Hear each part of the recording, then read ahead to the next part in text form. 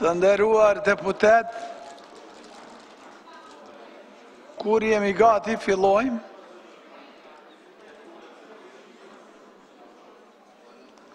Nderuar kabinet qeveritar,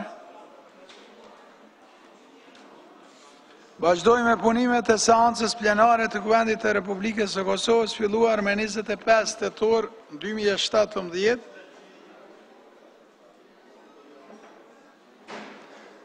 Kisha lutë që se mundën e zini bandës se du të me shqyqu prezencën e deputetëve në salë.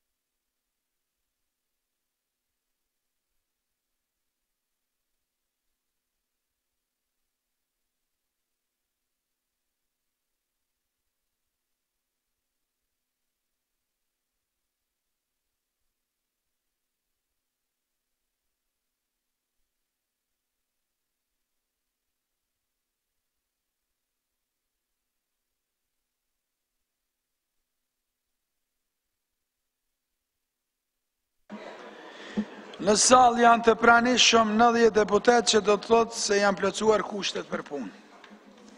Votimi i projekt ligjit numër 06L002 për ndryshimin dhe plotësimin e ligjit numër 05L125 për buxhetin e Republikës Kosovës për vitin 2017. Të nderuar deputet, diskutimet kanë përfunduar. Kërkohet deklarimi me votim për miratimin e parim të projekt ligjit. A ka mundësi me ditë sa deputet janë pa kartel? 1 deputet, 2 deputet pa kartel, a ka tjetër pa kartel? 3 deputet pa kartel, 4. A votoj me dorë ma letë, në që masi disën me kartel disa. Po votojna me dorë, a pregaditëm me votu, sa janë pranishëm salë, lutëm?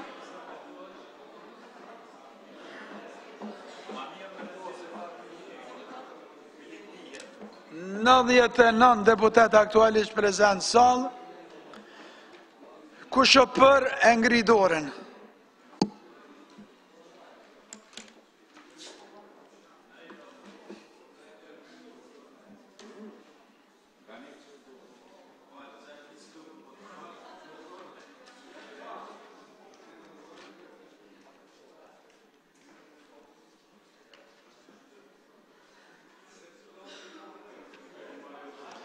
Mani ju lutëm ngritur duart deri sa të mbahet numërimi.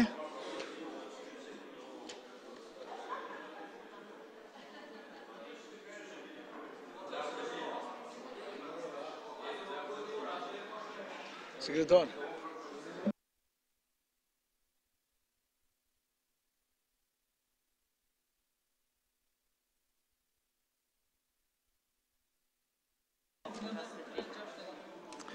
Kush është kondër?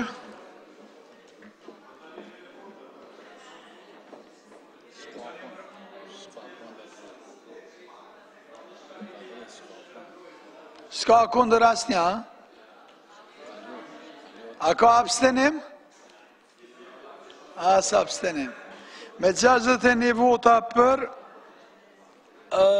asnjë kundër, asnjë abstenim, Kuvendi e miratojnë parim projekt ligjin për ndryshimin dhe plotësimin e ligjit për buxhetin e Republikës Kosovës për vitin 2017, ngarkohen komisioni funksional dhe komisioni parlamentare që ta shqyrtojnë projekt ligjin dhe Kuvendit t'i paraqesin raportet me rekomandime.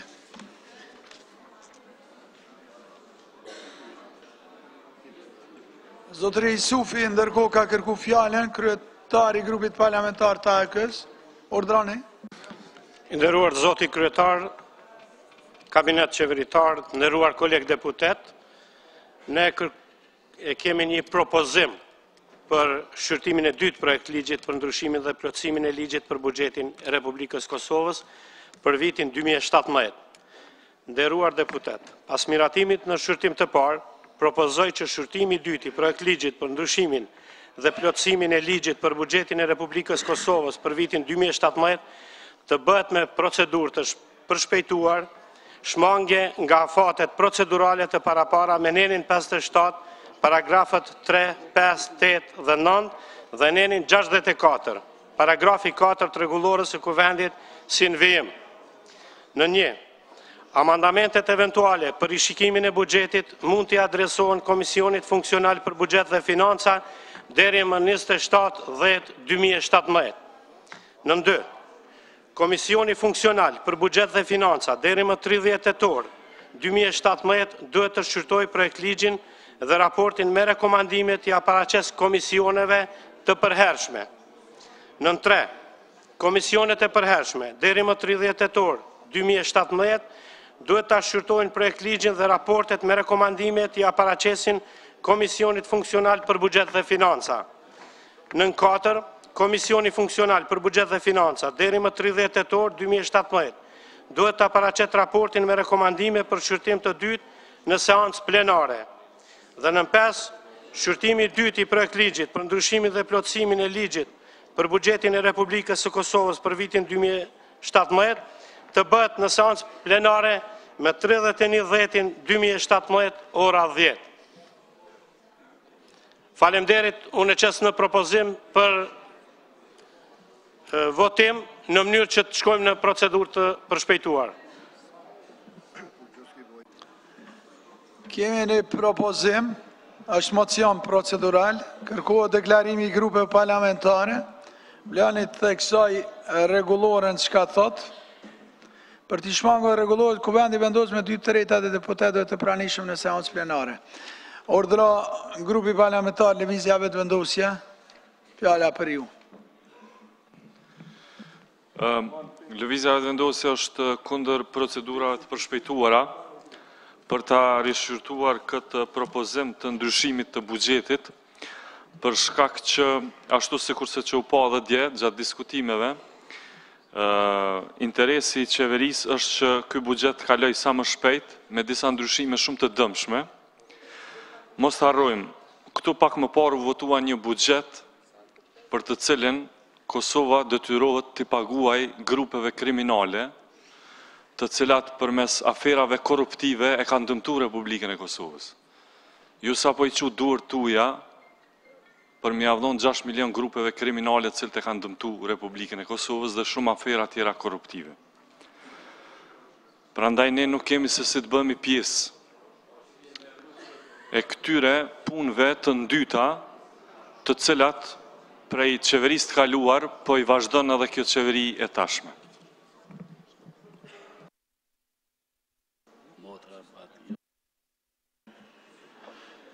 Partia Demokratike e Kosovës, Lidhja Demokratike e Kosovës, gjitha grupet parlamentare.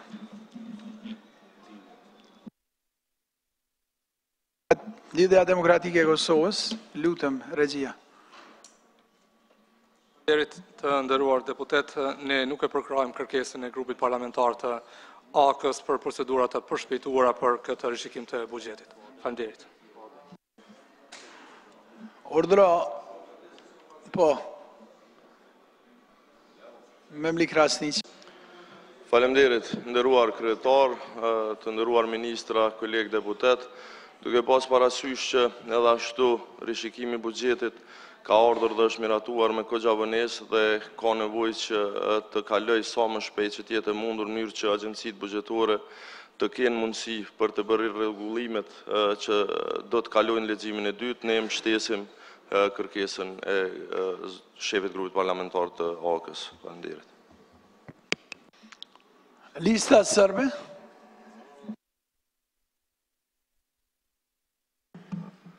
Hvala predsjedniče. I poslanička grupa Srpske liste podržava predlog šefa parlamentarne grupe AKD naredna sednica za izglasavanje budžeta na drugom čitanju bude 31. ovog meseca. Zotri Shala nga Nisma.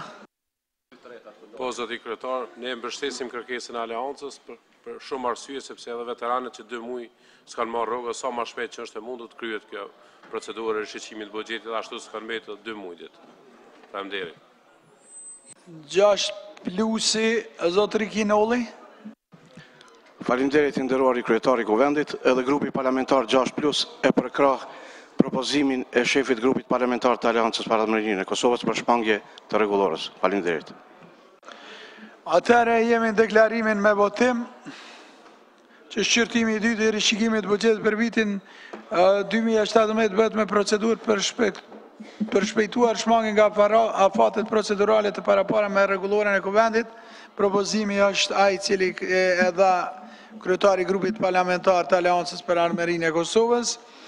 Lus deputetët përgatiten për votim, 4 deputet i kemi prap me dorë.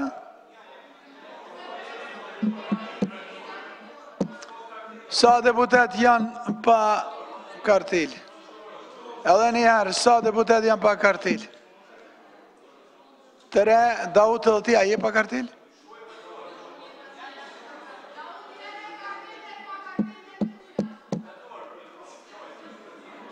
Ordra, zotëri Daut Haradina je. Kryesus, në shumicën e rasteve këtu nuk po deklarohet apo jepet vota as po jepet vota. Edhe kum paralajmëruar dhe djenë mëngjes që ka pas problem teknika. Edhe unë kum hek kartelen komplet kur kum votu, që disa raste edhe nuk është e vërtet der pa kartel. Problemi është që nuk pe dim apo votohet as po votohet. Edhe unë nuk jam këtu teknik i teknologjisë, po veç me e prek, po jo. Kështu që qëllën ndush kryetar, ndash me dorë, ndash pa dorë. Edhe albolen, për 2 vlen. Me dorë, 4 deputet janë me dorë, Dauti përfshihet me dorë, deputeti. Edhe shkojmë atëherë me votim elektronik, njëherë pastaj me dorë në fund i marëm deklarimet e tyre. Lusë regjin dhe deputetet përgatiten për votim, votojmë tash.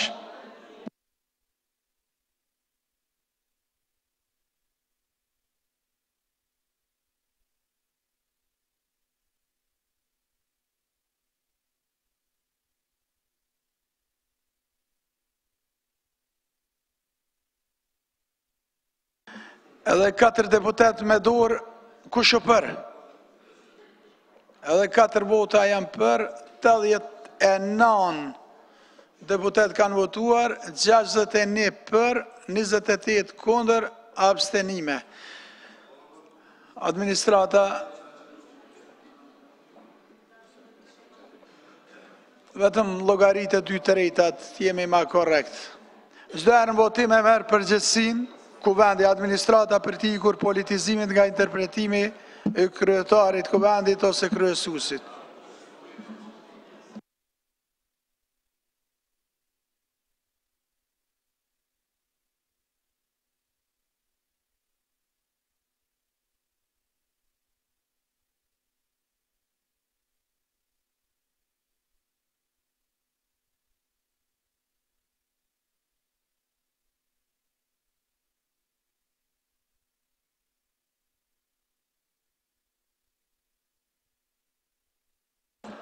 Atëherë ka kalu mocioni procedural në bazë, edhe njerë, 89 deputet kanë votu, 61 për, 2 tretat kush merret me matematiklet e kalkulon, administrata e Kuvendit thotë se ka kalu me 61, me pas parasysh, kalon mocioni procedural do të trajtohet me shqyrtimi i dytë i rishikimit buxhetit për vitin 2017 bëhet me procedurë të përshpejtuar në bazë propozimit të grupit parlamentar të Aleancës për Armërinë e Kosovës, në ato terma.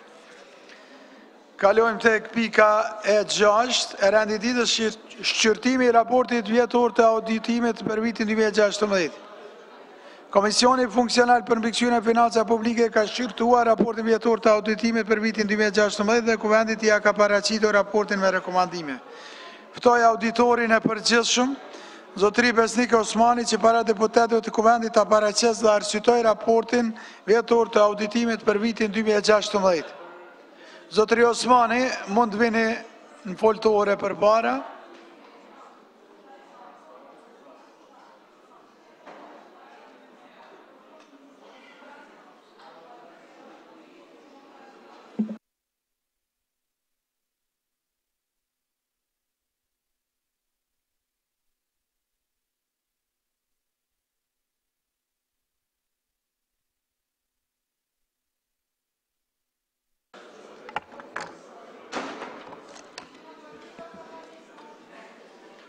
Ndëruar kryetari i Kuvendit, ndëruar ministra, ndëruar deputet.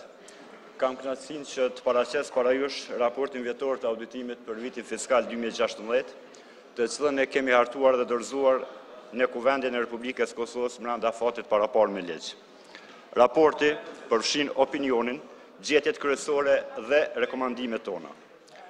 Për ta përfunduar këtë raport, ne paraprakisht kemi audituar dhe publiku 105 raporte të auditimit për 92 organizata bugjetore, 4 ndërmarrje publike, 2 projekte të donatorëve dhe 7 auditimet performansës.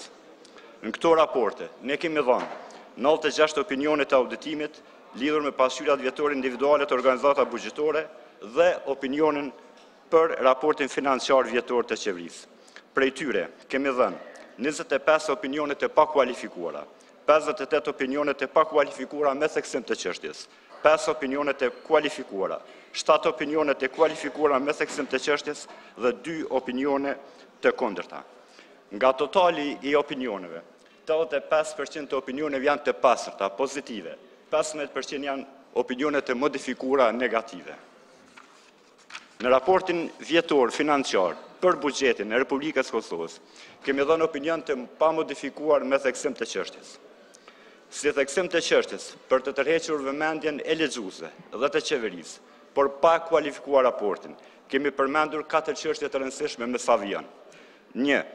Keq klasifikimin e shpenzimeve në shumën prej 14.640.098 euro, të cilat janë buxhetuar për investime kapitale, ndërsa janë shpenzuar për madhra e shërbime si edhe për subvencione transfere. 2.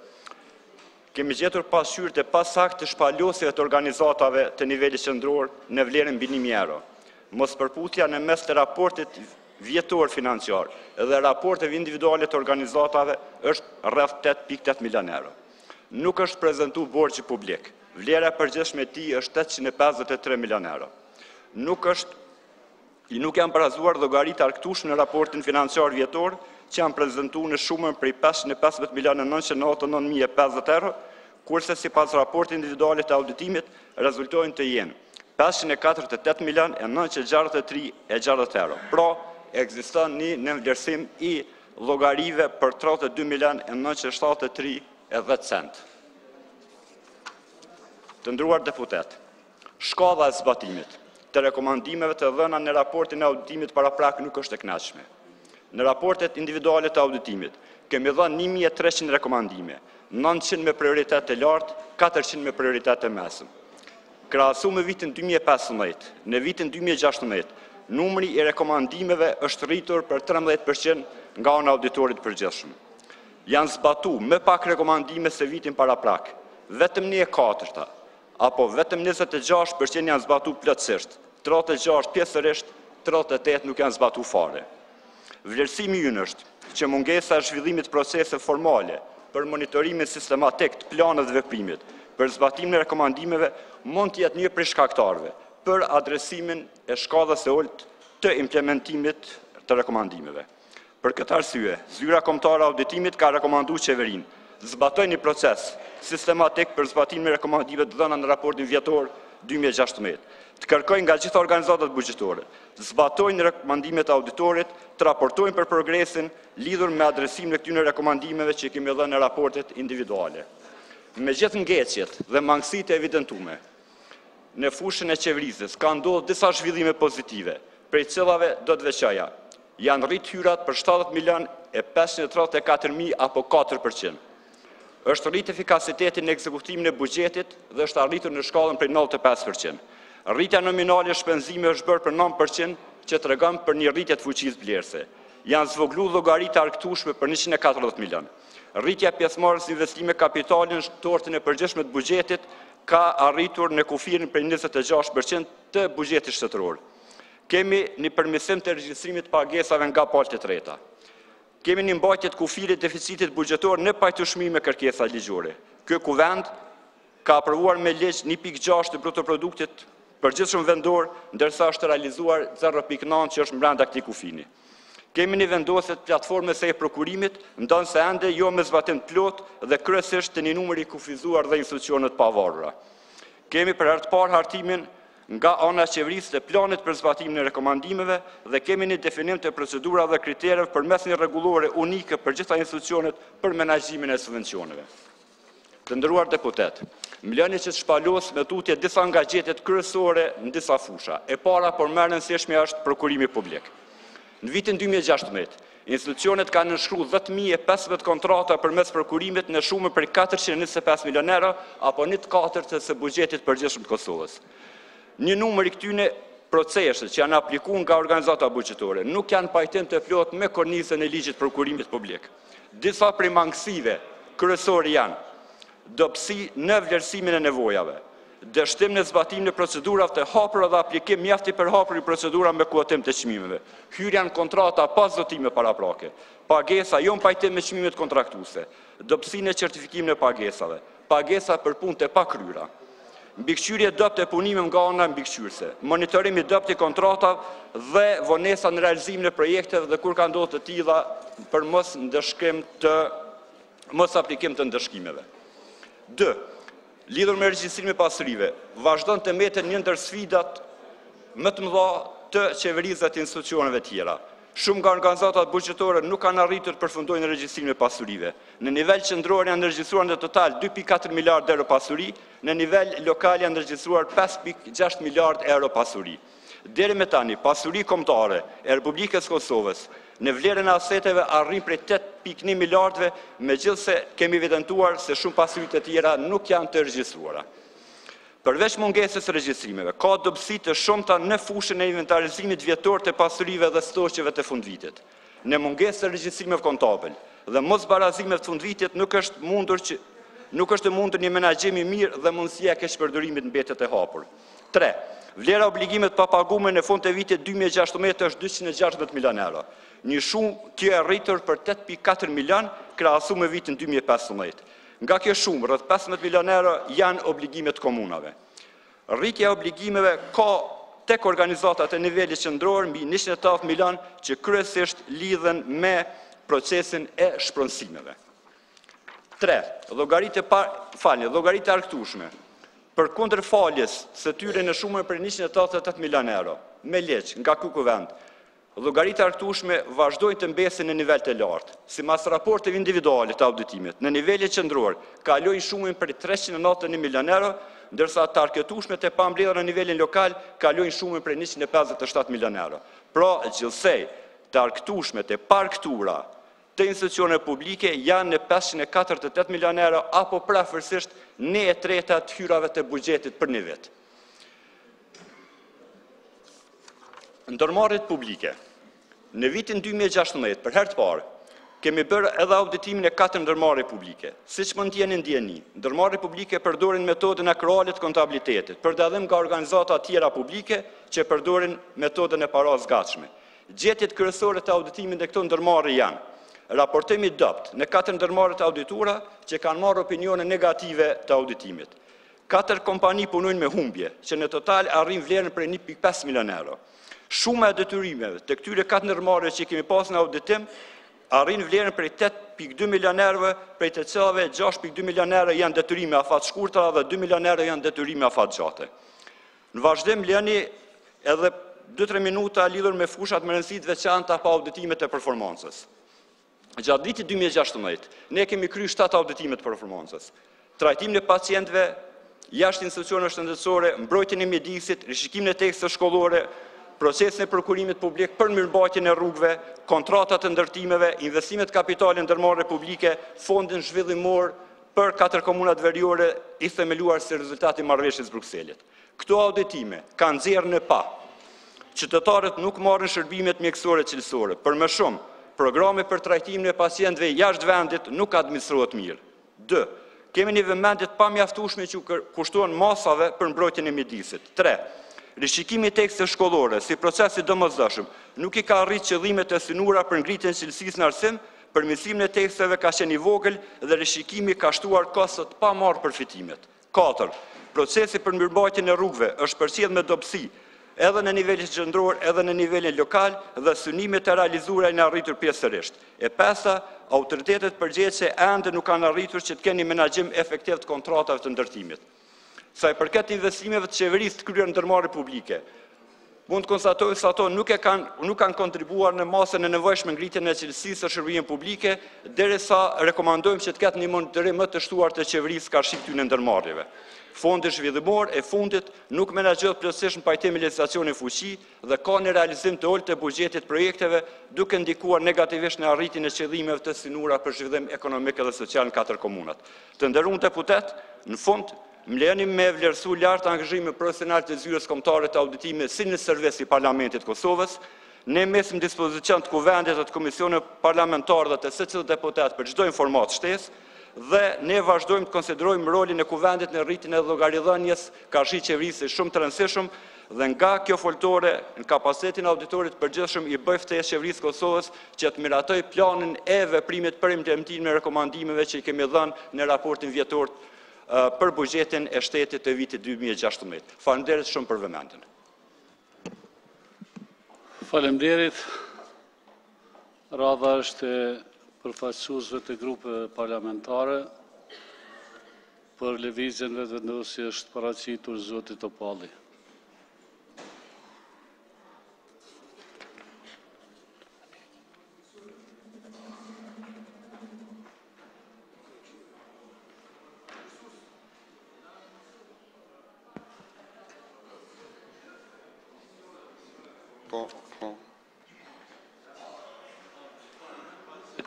Jam ngut, duhet përfaqësuesi i komisionit me fol.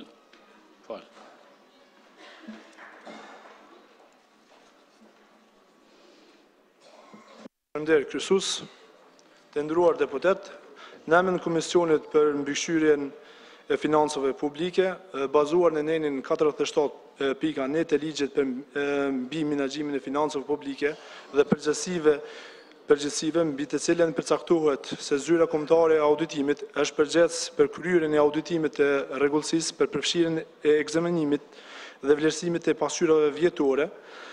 Raporti vjetor i auditimit për vitin 2016 sipas afateve të përcaktuara ligjore, të përcaktuara me ligj të menaxhimit financave publike dhe me ligjin për auditorin e përgjithshëm dhe zyrën kombëtare të auditimit, ne si Komision për mbikëqyrjen e financave publike në mbledhjen e mbajtur me 17 tetor 2017 e shqyrtoi raportin vjetor të auditimit për vitin 2016 dhe vendosi që të njëjtin të adresoj për seancën parlamentare me këto rekomandime.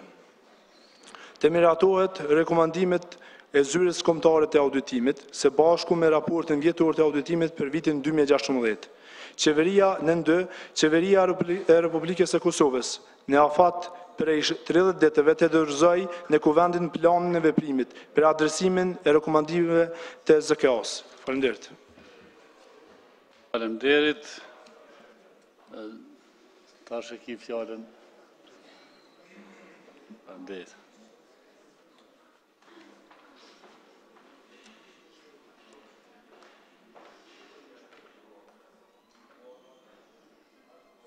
Nderuar kryesues, të nderuar deputet, nderuar auditor, raporti aktual, edhe pse vetëm e theks të çështjes ndjerë pa shumë parregullsi në punën e ministrive dhe organizatave të tjera buxhetore, duke filluar nga një papërgjegjësi totale për implementimin e rekomandimeve, respektivisht përmirësimit të qeverisjes, keq përdorimeve përmes prokurimit, fshehjes së borxheve në ligjin kryesor të vitit, pra në ligjin për buxheti e deri tek kontrolli i mangët i financave publike dhe keq përdorimi i tyre. Edhe pse regjistrimi pasurisë është një obligim ligjor, deri më tani janë regjistruar pasuri në vlerë prej 8,2 miliard euros, edhe pse dihet që pasuria aktuale është shumë më e madhe dhe aty ku nuk ka regjistrim të pasurisë, aty ka keqpërdorim të pasurisë. Nga ana tjetër, borxhi aktual i qeverisë është 215 milion euro, një shumë e lartë e cila dëmton palët, sidomos pjesën e cila duhet t'i pranojë këto mjete. Njëkohësisht duhet theksuar që borxhi publik është rreth 850 milion euro, pra gjithashtu një shumë shumë e lartë. Qeveria jo vetëm që ka futur shumicën e qytetarëve në borxhe përmes ngecjeve ekonomike, por po e kthen edhe Republikën e Kosovës në një borxhli të madh. Në buxhetin e Kosovës, ajo nuk i ka evidentuar askund borxhin publik prej 850 milion eurove. Tendenca e fshehjes së borxheve para ligjit më të rëndësishëm brenda një viti flet sa e përgjithshme është qeveria dhe cili është potenciali i saj mashtrues. Ajo që është themelore në ligjin për buxhet, pra duhet i dim të ardhurat, duhet i dim të dalurat, por duhet i dim edhe borxhet që ne i kemi si Republikë e Kosovës. Prokurimi publik vazhdon të mbetet një nga 3 problemet kryesore të qeverisjes. Sipas raportit të auditorit, të përgjithshëm shkeljet kryesore në prokurim janë favorizimi i operatorëve, trajtimi i pabarabartë i operatorëve, diskriminimi i operatorëve ekonomik, mungesa e transparencës, problemet rreth specifikimeve teknike, vlerësimi dhe krahasimi i padrejtë i tenderëve dhe kriteret e papërcaktuara. Pikërisht për shkak të arsyeve të lartë përmendura, kemi në OSHP 481 ankesa, prej të cilave 158 të bazuara, ndërsa në 198 raste janë kthyer në rivlerësim. Kjo tregon që prej 481 ankesave, 356 janë me bazë, pra kjo tregon që kemi shkelje jashtëzakonisht të mëdha në fushën e prokurimit. Në fakt, me ankesat e paraqitura në SHB, do të duhej të merrej prokuroria, sepse shkeljet nuk janë pasojë e gabimeve teknike dhe mungesë e njohurive profesionale, por pasojë e keqpërdorimit të pozitës zyrtare. Për këto keqpërdorime të qëllimshme, ku një operator favorizohet karshi operatorit tjetër, kur drejtësia për njërin operator është njerëk dhe për tjetrin operator është nën, do të duhej të përgjigjej edhe qeveria e cila ka krijuar kushte të favorshme për shkelje dhe trajtim diskriminues ndaj një numri të caktuar të operatorëve. Në këtë frym duhet shiku pra edhe shkeljet rreth platformës së prokurimit elektronik. Qeveria ka sjellur një vendim që prokurimi elektronik të fillojë në shtator të vitit të 2016, ndërsa nga janari vitit 2017 të jetë i obliguar. Përkundër kësaj, gjatë vitit 2016 vetëm 16% e ministrive e kanë përdorur, ndërsa vetëm 26% e ministrive e kanë përdorur në disa raste. Pra, 58% nuk kanë planifikuar fare këte. Pra, vetë qeveria, cila ka sjellur vendim për implementimin e prokurimit elektronik, është ajo e cila vetë i shkel këto vendime. Kjo nuk është qeverisje, kjo është anarki. Edhe pse auditori është një instrument shumë i mirë në shërbim të qeverisjes së mirë, ai vazhdon të injorohet nga qeveria dhe organizatat buxhetore, të cilat përkundër rekomandimeve, të cilat ipen vit pas viti, nuk implementohen në praktikë. Implementimi i rekomandimeve prej vitit në vit është shumë rrallë më shumë se 30%. Në vitin 2015 janë implementuar vetëm 26% e rekomandimeve të auditorit të përgjithshëm, 37% janë implementuar pjesërisht, ndërsa 38% nuk janë implementuar fare. Këtë vit, numri i rekomandimeve arrin shifrën 1314. Është një shifër shumë e lartë, pra kemi 1314 probleme gjatë qeverisjes. 915 prej rekomandimeve janë me prioritet të lartë. Praktika e drejtashme lejnë për të dyshuar që edhe rekomandimet e vitit 2016 do të mbesin pa u implementuar. Arsyeja e mos implementimit të rekomandimeve ka të bëjë me faktin se auditori përgjithshëm nuk ka asnjë instrument për ta detyruar qeverinë dhe organizatat tjera buxhetore që të implementojnë rekomandimet e dhëna nga auditori. Kuvendi i Kosovës ka mundësi për ta detyruar qeverinë për implementimin e rekomandimeve, por këtë funksion nuk e ka ushtruar asnjëherë. Shumë raporte skandaloze të cilat flasin për keqpërdorime materiale, për menaxhim të dobët, për mungesë të kontrollit të financave publike, mbesin larg Kuvendit dhe nuk bën asnjëherë temë. Pse ndodh kjo?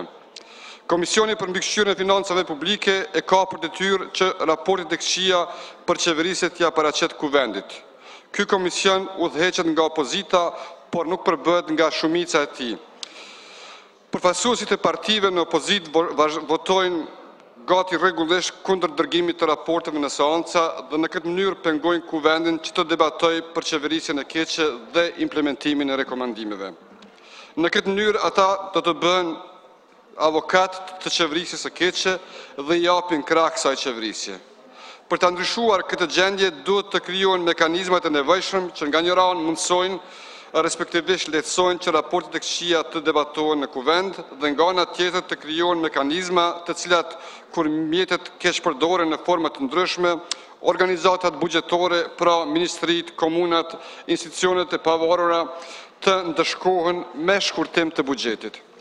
Kuvendi i Kosovës në shërbim të qeverisjes së mirë do të duhet që Komisionit për mbikëqyrjen e financave publike t'i jep mundësinë që të përbëhet në shumicën e tij nga pjesëtarët e opozitës.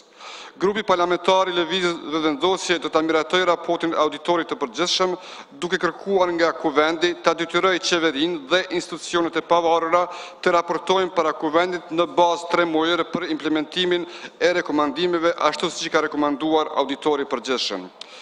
Pra, rekomandimet e auditorit duhet të kthehen në vendim të Kuvendit për qeverinë dhe organizatat buxhetore në tërësi.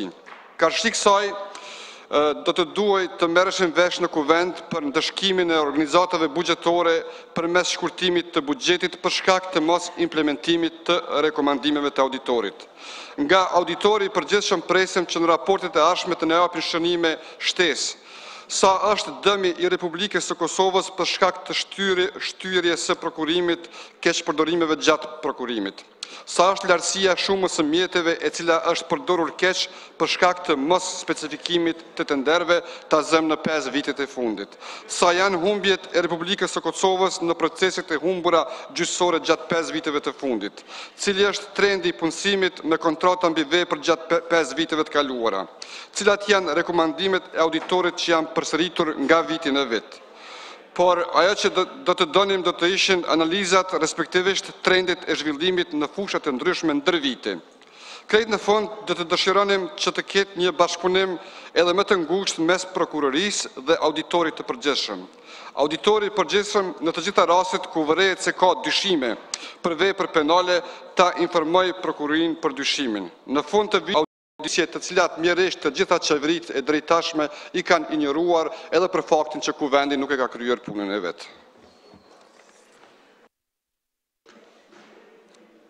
Faleminderit. Përfaqësuesi i LDK-s, zoti Hoti.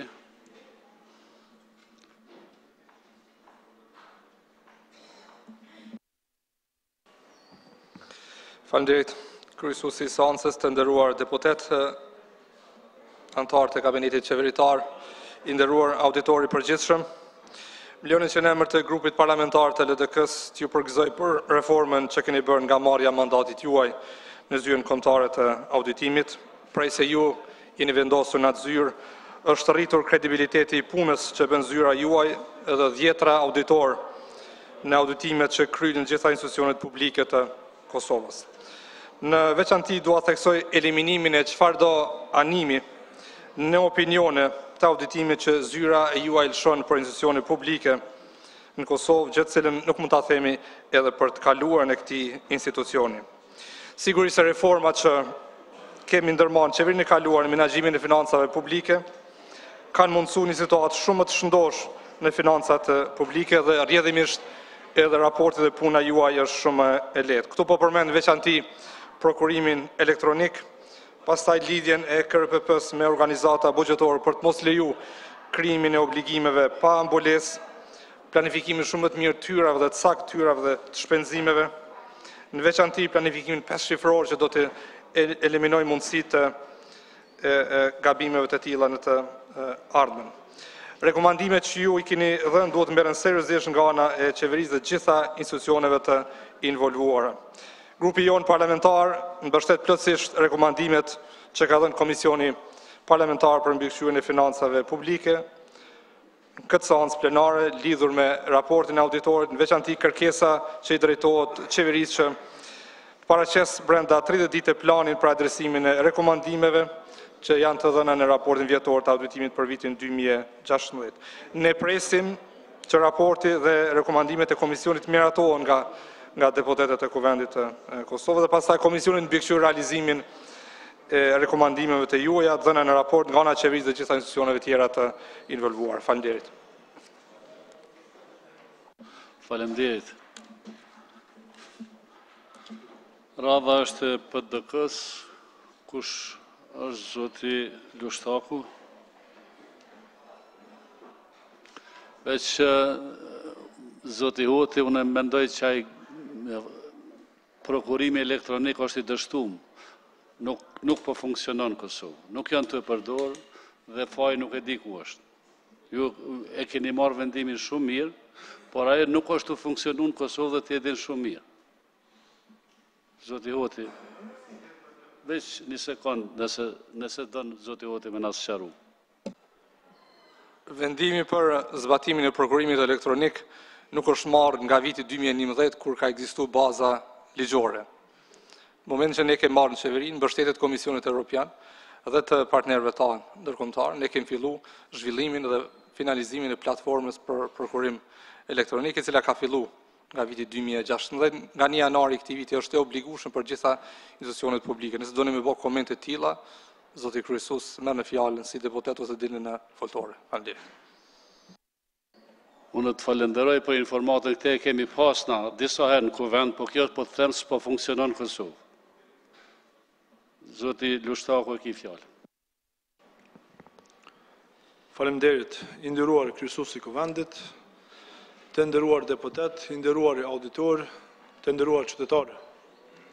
Ne si grup parlamentar i PDK-s e kemi shqyrtuar raportin vjetor të auditimit për vitin 2016. Me lejonin të theksoni se auditimi si instrument i funksionimit më të mirë i shtetit duhet të mbështetet edhe me tutje për të ngritur menaxhimin më të mirë të financave publike dhe për menaxhimin më të mirë të performancës së qeverisë së vendit. Kërshik kësaj, në raportin financiar vjetor për buxhetin e Republikës së Kosovës për vitin 2016 nga zyra kombëtare e auditimit është dhënë opinioni i pamodifikuar me theksim të çështjes për shkak të mos shpalosjes adekuate të informatave sa i përket shënimeve shpjeguese. Vlera totale e shpenzimeve kapitali i prezantuar është e mbivlerësuar dhe nuk mund të konsiderohet i saktë për shkak të nënvlerësimit të shpenzimeve për mallra dhe shërbime dhe subvencione. Në disa raste pasurit nuk janë prezantuar të plota dhe në mënyrë të saktë, që si rrjedhoi vështirësojnë proceset e vendimarrjes në lidhje me ndarjet buxhetore. Njëkohësisht, sipas të dhënave burçi publik nuk është i prezantuar e që mund të ndikojë negativisht në procesin e vendimarrjes. Ndër të gjetër tjera kisha theksuar, menaxhimin e subvencioneve vazhdon të mbetet sfidë, sepse praktika aktuale nuk ofron siguritë e mjaftueshme, se ato po shfrytëzohen për qëllime të dedikuar dhe nëse po arrihet rezultat i pritur. Ndër mangësitë e identifikuara në këtë proces janë mangësitë e politikave të shkruara apo kornizës ligjore për dhënien dhe monitorimin e projekteve të subvencionuara, mos respektimi i kritereve të vendosura për subvencionim me rastin e ndarjes së subvencioneve, si dhe mos raportimin nga ana e përfituesve të subvencioneve për mënyrën e shfrytëzimit të mjeteve. Prandaj edhe ka ngjecje për të konfirmuar se mjetet janë shfrytëzuar për qëllime të dhëna. Gjithashtu krahasuar me vitin paraprak, kemi pasur rritjen të obligimeve të papaguara në fundin e vitit dhe kjo ka ardhur si rezultat i hyrjes në obligimet të pambulesë të mjeteve të pamjaftueshme pambulesë të mjaftueshme për financimin e tyre apo edhe vonesës e pranimit edhe procesimit të faturave. Një situatë e tillë ka ndikim negativ në menaxhimin e buxhetit dhe do të ngarkojë buxhetin e vitit vijus që mund të pamundësoj dhe arritjen e objektivave të planifikuara. Në raste të ndryshme, mos kryerjen e obligimeve me ku ka shkaktuar procedura gjyqësore të kushtetueshme, duke rezultuar edhe me shpenzime shtesë të buxhetit. Raportet e individuale të auditimit gjithashtu kanë treguar që ende ka nevojë për përmirësimin e menaxhimit të prokurimit, duke identifikuar çështjet kryesore si në vijim. Vonesa në realizimin e projekteve kapitale. Vërehet mungesa monitorimit të efektit të zbatimit të kontratave. Nuk është bërë harmonizimi i kërkesave për rrjedhë të paras të fondeve në dispozicion. Mos respektimi i kërkesave të ligjit të prokurimit publik. Dobësit kanë ndodhur për shkak të anashkalimit të procedurave të prokurimit, duke rezultuar me zhvillimin e procedurave të prokurimit, jo në pajtueshmëri me kornizën ligjore. Natyrisht në këtë proces duhet të punohet edhe me tutje në funksionalizimin e plot të platformës elektronike për prokurimin publik. Sistemi i kontrollit të brendshëm përkundër përmirësimeve nga viti i kaluar ende nuk është në nivelin e kënaqshëm dhe gjithashtu do të fokusohet një fokus i shtuar në këtë drejtim. Në përgjithësi, nga sa i përket zbatimit të rekomandimeve në bazë të dhënave kemi ngecje, sepse vetëm 26% të tyre janë zbatuar në tërësi, ndërsa pjesërisht janë zbatuar 37%. Prandaj duhet punuar në monitorimin e sistemit sistematik të planifikimit të veprimit për zbatimin e rekomandimeve dhe rritjen e mbikëqyrjes efikase nga ana e qeverisë dhe organeve mbikëqyrëse për nivelin e zbatimit të rekomandimeve dhe eliminimin e rasteve që ndikojnë në përsëritjen e rekomandimeve, ndërsa në nivelin e auditimeve individuale, shumica e organizatave buxhetore nuk e zbatojnë proceset sistematike për monitorimin e zbatimin të rekomandimeve.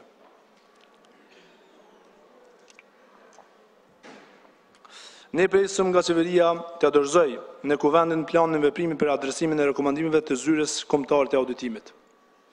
Konform rekomandimit nga Komisioni për mbikëqyrjen e financave publike dhe këtij planit të kushtohet vëmendje e veçantë dhe të raportohet për progresin e arritur, në mënyrën që të gjeturat e zyres kombëtare të auditimit të mos na përsëriten nga vitin e vet dhe këto ngecje të ndikojnë në përsëritjen e dobësive dhe mangësive të kontrollit dhe shfaqjen sistematike të paragjykimeve nga vitin e vet.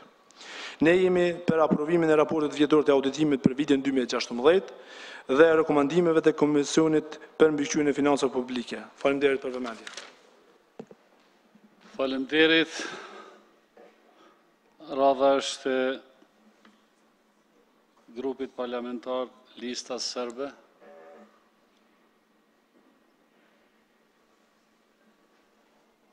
A keni shtyp Verica Ceranić, Zonja Ceranić.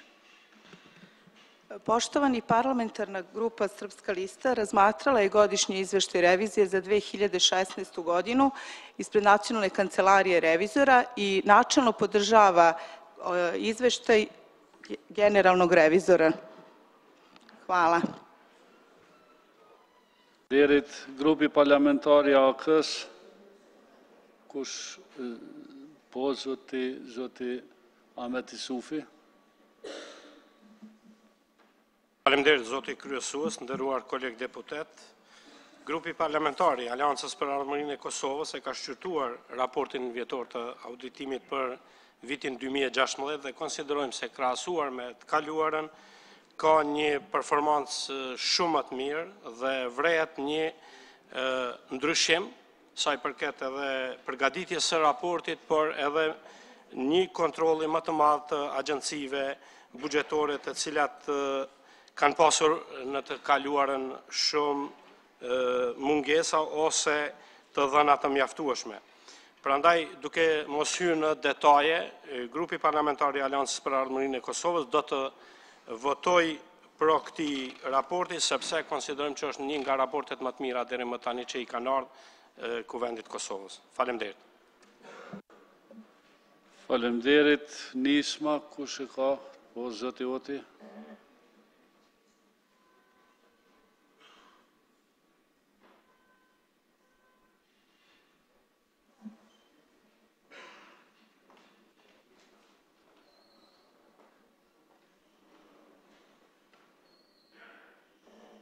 Faleminderit i nderuar kryesues, të nderuar deputet, i nderuar auditor, zoti Besnik. Mirë do të ishte edhe qeveria këtu. Faleminderit dhe respekt për punën tuaj, për zyrën e auditorit kombëtar për raportin që e ka paraqit. Ne kemi trajtuar, grupi parlamentar Nisma ka trajtuar edhe ka shqyrtuar raportin e auditorit dhe sigurisht ju përkrahim dhe ju mbështesim plotësisht për punën e mirë që e keni bërë. Realizimi të ardhave të buxhetit 2016, auditori ka hasur në pengesa, sidomos në të hyrat vetanakët komunave, në financimin nga oamarrja jashtme, të hyrat nga AKP-ja dhe të hyrat nga dividende. Nga dividenda janë çështje të cilat nuk janë realizuar sipas planifikimeve. Po ashtu, auditori ka gjetur mangësi edhe në shpenzimit e investime kapitale në të dy nivelet, edhe në nivelin qendror, edhe në nivelin lokal. Në nivelin qendror, këto investime kapitale nuk janë realizuar me tepër se sa në masën 89%, ndërsa në nivelin lokal, këto investime kapitale në arritur në nivelin 75% dhe këtë nivele kanë ullur Komuna e Prishtinës dhe Komuna e Prizrenit, e cila për vitin 2016 ka realizuar në investimet kapitale në mas vetëm 58%, ndërsa Komuna e Prizrenit në mas 54%. Auditori ka gjetur edhe mangësi në obligimet e papaguara, dhe atë në Ministrinë e Planifikimit Hapësinor, në Ministrinë e Infrastrukturës dhe në Ministrinë e Bujqësisë. Po ashtu, auditori ka gjetur mangësia në procesin e prokurimit, në të tri fazat, edhe në fazën e planifikimit, edhe në fazën e zhvillimit të procedura, edhe në veçanti në menaxhimin e kontratave dhe besoj se kjo po përsëritet vit pas viti dhe nuk duhet të lejohet edhe me të tjetë që sistemi prokurimit të përcillet me vështërsitë e tilla.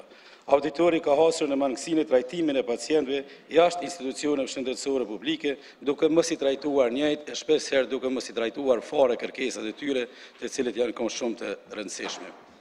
Ndërmarrjet publike, po ashtu ka konstatuar auditori i përgjithshëm se punojnë me humbje, ende janë shndruar në punësime enorme dhe janë larg qeverisjes së mirë. Prandaj me të vërtetë mendojmë se qeveria dhe parlamenti duhet i marrin masat adekuate që mos të vazhdohet me tutje funksionimi i tillë ndërmarrje publike. Ne si grup parlamentar mbështesim edhe rekomandimet e Komisionit për mbikëqyrje financiare dhe gjithë punën që e ka bërë këtë raport vjetor të zyrës auditorit kombëtar. Ju faleminderit. Faleminderit.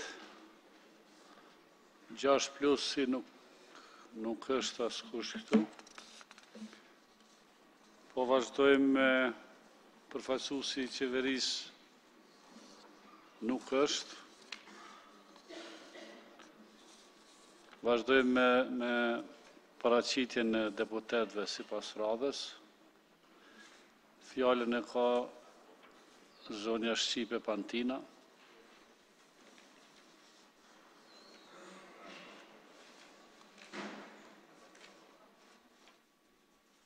Faleminderit kryesues, do t'ishte mirë t'ishte qeveria aktuale këtu, që t'i ndëgjonte vërejtjet që jipen për mënyrën e qeverisë gjithësisht menaxhimit të parasë publike nga qeveria e kaluar, të cilës i dedikohet ky raport dhe ndoshta do të mësonin dhe disa nga gabimet dhe keq menaxhimin nuk do ta përsëritnin. Tani unë nuk du të lëshohem në detajet e raportit, sepse raporti flet mjaft dhe përgëzoj zyrën e auditorit për raport. Por unë i kam disa probleme me mënyrën se si e trajtojmë në raportin dhe mbi gjitha çfarë ndodh, cilat janë pasojat për njerëzit, në këtë rast zyrtarët qeveritar, të cilët kanë bërë edhe keq menaxhim, por mbi të gjitha kanë bërë keq përdorim. Tani, për keq menaxhim, në bazë pasi e dëgjuam auditorin e përgjithshëm, ky Kovend do duhet merrte vendimin për ta shkarkuar qeverinë. Por tashmë qeveria është shkarkuar, ndonë se kjo nuk ka qenë arsyeja, por me njëherë pas kësaj mendoj që auditori duhet filloj hetimet për keq përdorimet që janë bërë.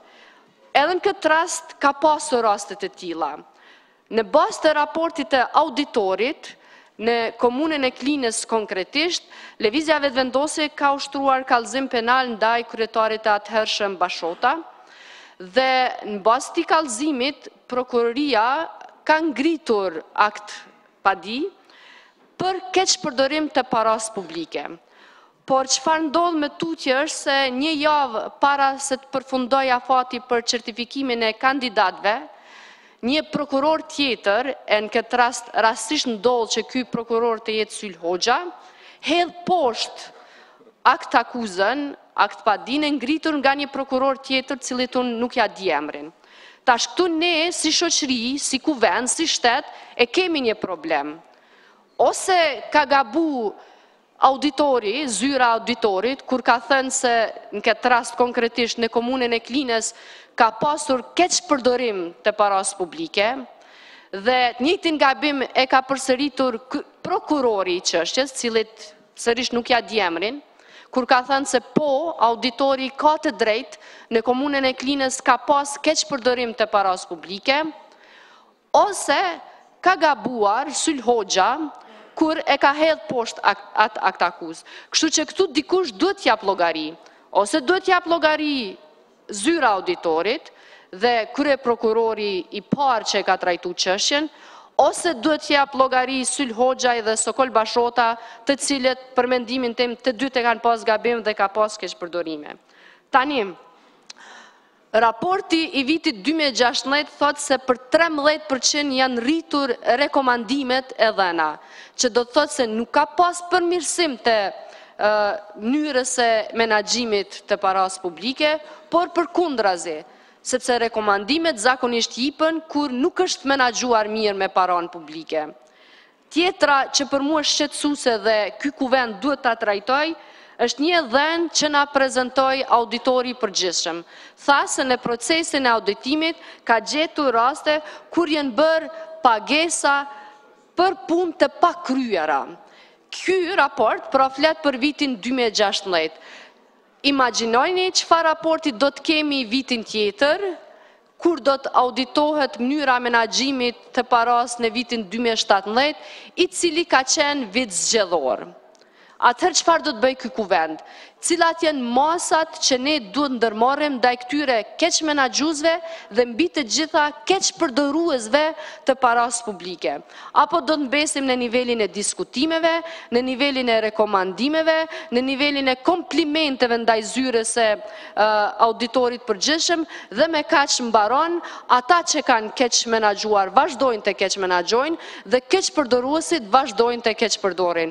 Prandaj, unë i dëgjova të paktën 2 grupe parlamentare, po më duket njëjtë edhe LDK-ja, që kërkuan që çdo 3 muaj qeveria të jap raport për zbatimin e rekomandimeve të zyrës së auditorit. Por ajo çka unë do të kërkoja është përgjegjësi. Dikush duhet të jap përgjegjësi dhe llogari për gjithë këtë keqpërdorim të paras publike. Faleminderit. Faleminderit. Zoti Hajdar Beqa ka fjallën.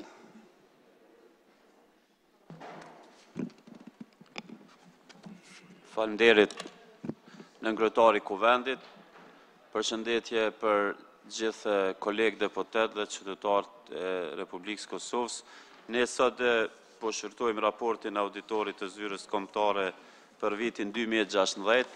Është një raport i mirë, është për të vlerësu puna auditorit dhe auditorëve që kanë punu në këtë raport, përveç që është një raport ma cilësor, ndoshta edhe se vitet e kaluar është zhëru dhe fush veprimtaria auditorit, si që tha dhe auditori dhe shkruan edhe në raport dhe në disa ndërmarrje publike që është për të përgëzu, por unë do të ndalemi të disa të gjetura, si që tha dhe auditori, flasë në bazë auditorit në këtë rast, që janë me theksim të çështjes. Kesh klasifikimi i shpenzimeve, kjo po përcillet nga vitin e vet. Ne gati të gjitha organizatat buxhetore, edhe nivelin qendror, edhe nivelin lokal, po kemi problemet njëjta me keqpërdorimin e klasifikimin e shpenzimeve. Nuk është prezantuar borxhi publik. Edhe kjo është një gjetur që mendoj që është serioze dhe është përgjegjës institucionet përkatëse do është ta bëjnë prezentimin e borxhit publik, që është në interes të gjithë qytetarëve të dinë sa është borxhi Republika Kosovës. Mos zbatimi i rekomandimeve është një shqetësim. Ne çdo vit këtu e lexojmë të njëjtin raport me të njëjtat gjetura në gjitha fushat, por nuk kemi marrë masa adekuate. Nuk kemi plan konkret. Qeveria duhet me pas një plan konkret të kontrolit në këtë rast të zbatimit veprimeve për rekomandimet. Nëse bazohem këtë raport auditorit, kemi rritje të rekomandimeve nga auditori, kurse kemi ulljet zbatimit rekomandimeve para prokjet, që kjo nuk të regon nëj cilësia, po nëj menaxhim të mirë që përbojmë. U tha që s'kemi plan qartë të veprimit për zbatimin e rekomandimeve, gjetjet shqetësuese që janë në gjitha nivelet, në gjitha komunat, edhe në Ministrit përkatëse, është fusha e prokurimit publik. Ne u thamë që ende nuk po funksionon në Republikë Kosovë prokurimi elektronik që kem konsideru në bazë ekspertve, në momentin kur kemi zbatushëm prokurimin publik, pa mundësohet të shkelësit e ligjit, do më thonë zvoglohet mundësia me shkel ligjin. Ne kemi këtu të prokurimi publik, kemi shumë shqetësime, kemi do të thotë nuk ka planet të mirat të prokurimit publik, kemi disa përsëritjet procedurav, kemi një lonë shkon për shamull, mund shkon deri në 2 vjetë, e nuk di ko interesi publik për shamull që 2 vjetë gati është spitali Ferizajt, për marrëvesh një shambull, herë shkon ministri, herë shkon në shëpe, edhe aty mendoj që ma shumë kësi raste ka punë prokuria se sa institucionet tjera, mendoj që është shumë në interes për Kuvendi përmes Komisionit për mbikëqyrjen e financa publike ta kontrolloj pasurin publike, se qytetarët e Republikës Kosovës janë të interesuar me ditë ku shkon djersa tyre, ç'është menaxhohet pasuria publike. Kemi problem që është çdo vit duke përsërit për regjistrimi pasurive në nivel edhe nivelin lokal edhe në nivelin qendror. Gjitha komunat kanë problem, nuk e din sa kanë asete, nuk din cilat janë pronat e komunat, nuk din cilat janë asetet të komunave dhe kjo është një shqetësim që duhet bëhet identifikimi i aseteve shtetënore që është interes kombëtar. Ne duhet, u tha dhe nga auditori, duhet ta kemi një strategji kombëtare edhe për zbatimin e rekomandimeve, po duhet ta kemi edhe një strategji kombëtare për regjistrimin e aseteve. U tha këtu të 4 ndërmarrje publike që i ka bërë auditori auditimet, do të thotë tha raportimi dopt. Këtu duhet me pas përgjithësi pse ka raportim dopt. A kanë ato ndërmarrje borde, kush aksionari, qeveria është aksionari. Duhet më rrit kontrolli sa është në interes shtetit, të rritet kontrolli, sepse atër na pas kem zgjedh borde jo profesionale, pas kem menaxhment atje jo profesional, nëse kem gjetur raportimi dopt, do të thotë është një përgjithësi e ulët e punës atje. Thuhet e 4 kompani punojnë me humbje, ne e dim që ka specifika kanë kompanitë publike, janë disa kompani që e kanë problem, për shembull punojnë me fitim, për shembull kompanitë që kanë bojnë me ujitje, jo me ujit pjesë, po me ujitje, ato kanë ma problem dalim të fitimi. U tha auditori auditimi performance. Ne çdo vit po përsëritet që mendoj që është duhet tjetë një të tekstet shkollore. Të tekstet shkollore duhet me pas Ministri i Arsimit një vëmendje të veçantë edhe nga cilësia e teksteve, po edhe nga përmbajtja. Ne kemi pas vrejtje nga vitin vit prej shkollav, ka pas se aty në për libra shkrimet pa kuptueshme për nxënëse apo jo adekuate për moshën që kanë ata, apo shembuj me fotografi të ilustrume prapë që nuk kanë qenë adekuate. Edhe këtu mendoj që ne duhet të përkushtohem si qeveri të arritemi kontrollin. U tha të mirëmbajtja rrugëve, keq menaxhimi kontratav të ndërtimit. Ne çdo herë kemi problem me keq menaxhim të kontratav. Kur ka keq menaxhim të kontratav, kur nuk realizohet plani dinamik me cilin ka fitu kompania në fjalë operatori ka fitu kontratën, ndoshta pikë kryesore i ka marrë te plani dinamik, por nëse ka pas planin me kry për 60 dit, ka mund ke plot kontrata në Republikë Kosovës që lidh për 60 dit, janë 3 vjetë nashta që nuk kanë përfundu. Edhe këtu duhet rritet nivelli i përgjithësisë se nuk kanë interes të vendit në të zvarritim këto çështje, edhe ndoshta kalojnë edhe kufit e kontrollit, ndoshta del deri te puna e organeve drejtësisë nëse kemi shkelje të tilla.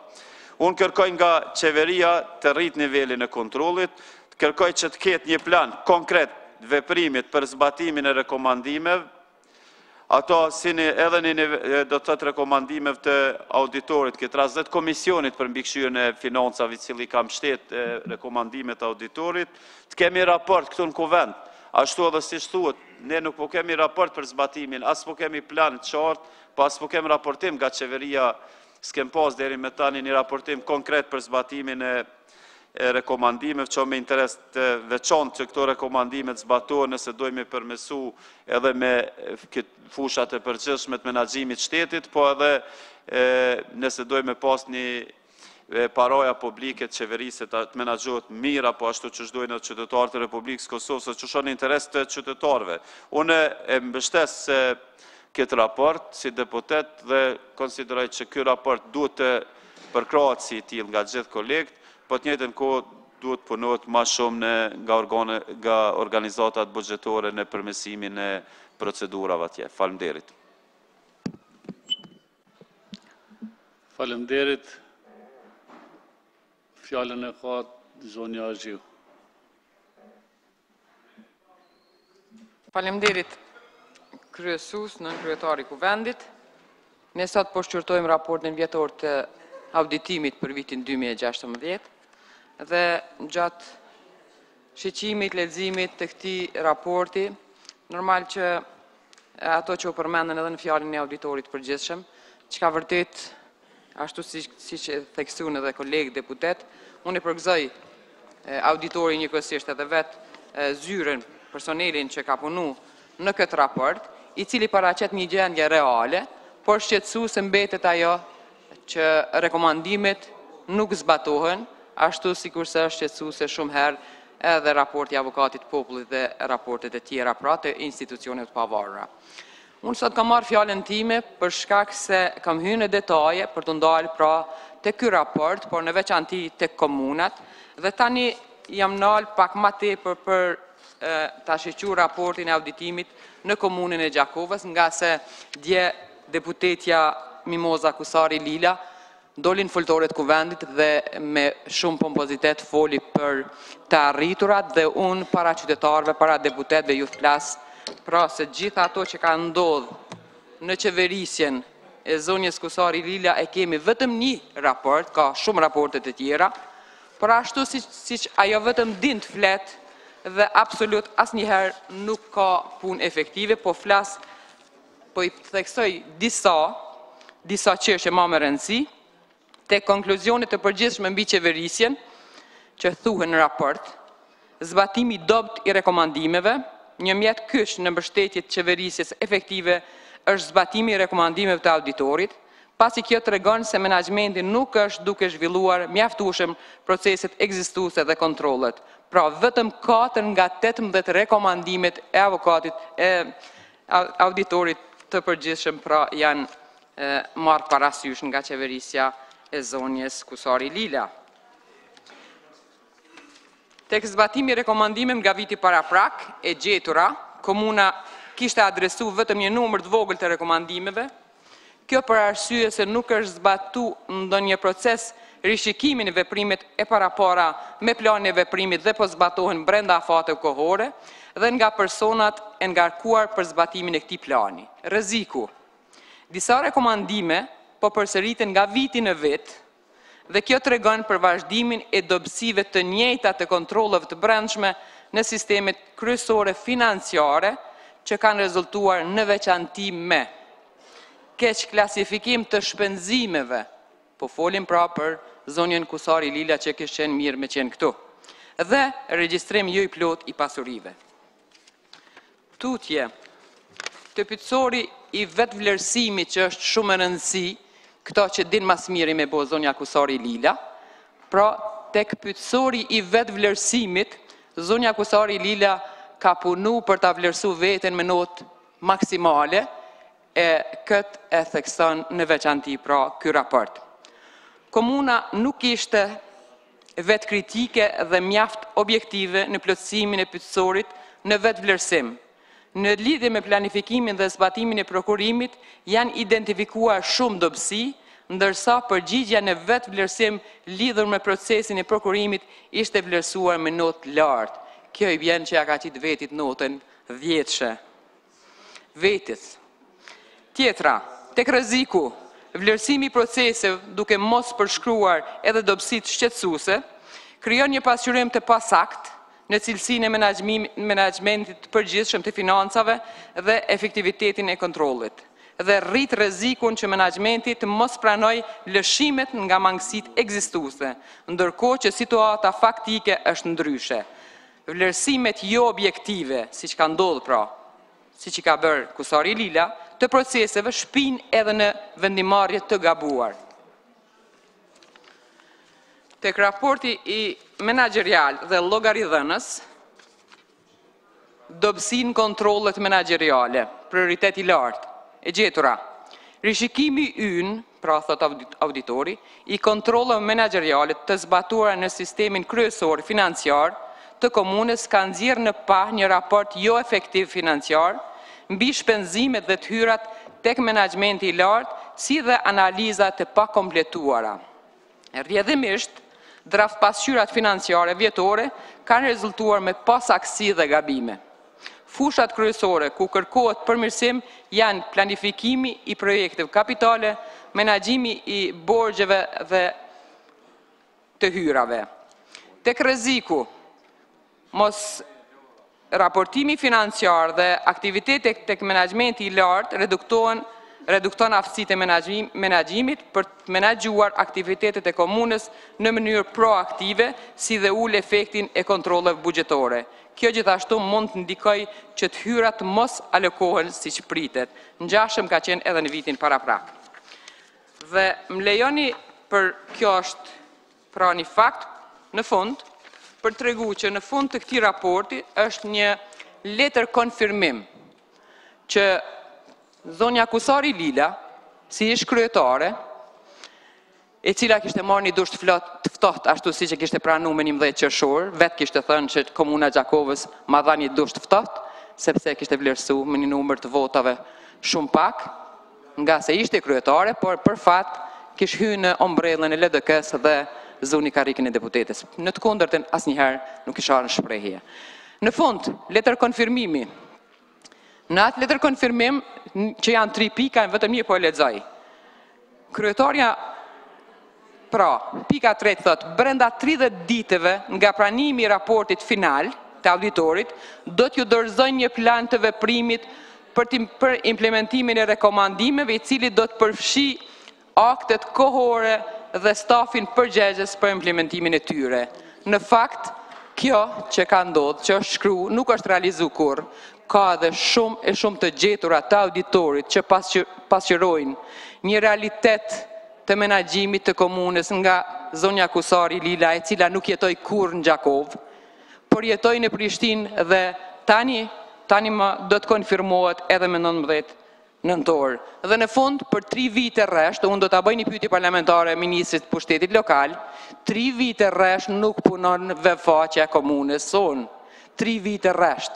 Dhe përderisa zonja Kusari Lila ka thënë që problemi është në ministri, unë me që nuk e kam ministrin, do të parashtoj një pyetje parlamentar për ta pa se si është e mundur një komunë shumë e madhe si Gjakova për 3 vite rresht mos funksionoj vefaqja komunës. Atëherë për çfarë transparencë flasim, për çka flasim këtu përderisa qytetari nuk ka qasje në vefaqjen e komunës.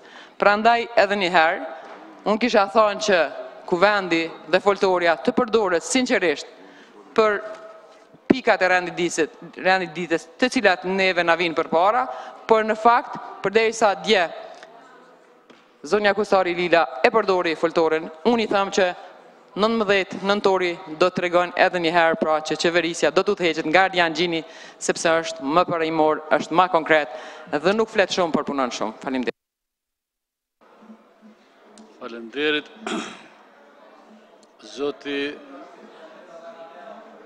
Zoti Berisha ka fjallën. Zafiri. Faleminderit, kryesues. Auditori përgjithshëm natyrisht nga vitin në vit konstaton shkeljet mëdha që ndodhin në institucionet dy niveleve, por edhe agjencitë e pavarura. Me thënë drejtën, në vazhdimsi auditori ka konstatu shkelje, por që është për mu theksu dhe shqetsu se askush nuk ka dhënë përgjegjësi. Në një të kalume të afërt, në ka rastis me pa në mënyrë pompoze raporti auditorit duke ju drejtuar krye prokurorit shtetit, I cili me gjas tash si pas dyshime po del falsifikator, dhe vërtet raporti auditorit përpos shqyrtimit në Kuvend du të jetë në durët e prokurorëve se ka shumë punë.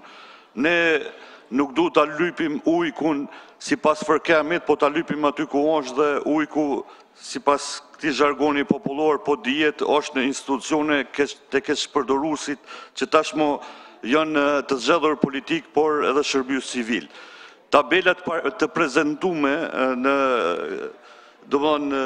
këtë raport tregojnë për ngritje të papërgjegjësisë në institucione, sepse rekomandimet e pasbatueshme për shembull nëse kanë qenë në 403 2014, 2015 kanë kaluar në 439.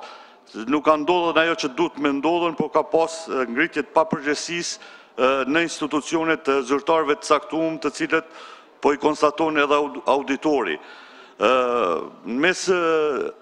Mes institucioneve cilët nuk po I zbatojnë rekomandimet, për fatin e keq është edhe Kuvendi dhe qeveria, cilët kanë nga 3 rekomandime të pasbatueshme, që si kanë zbatuar dhe 18 pjesërisht të zbatueshme, që pjesërisht I kanë zbatu, dhe kjo është edhe një signal edhe për këtë qeveri të re, por edhe këtë legislatur të Kuvendit, që me gjithato du të mësohemi të respektojmë ne të parët rekomandimet e auditorit përgjithshëm dhe pastaj të kërkojmë edhe nga të tjerët.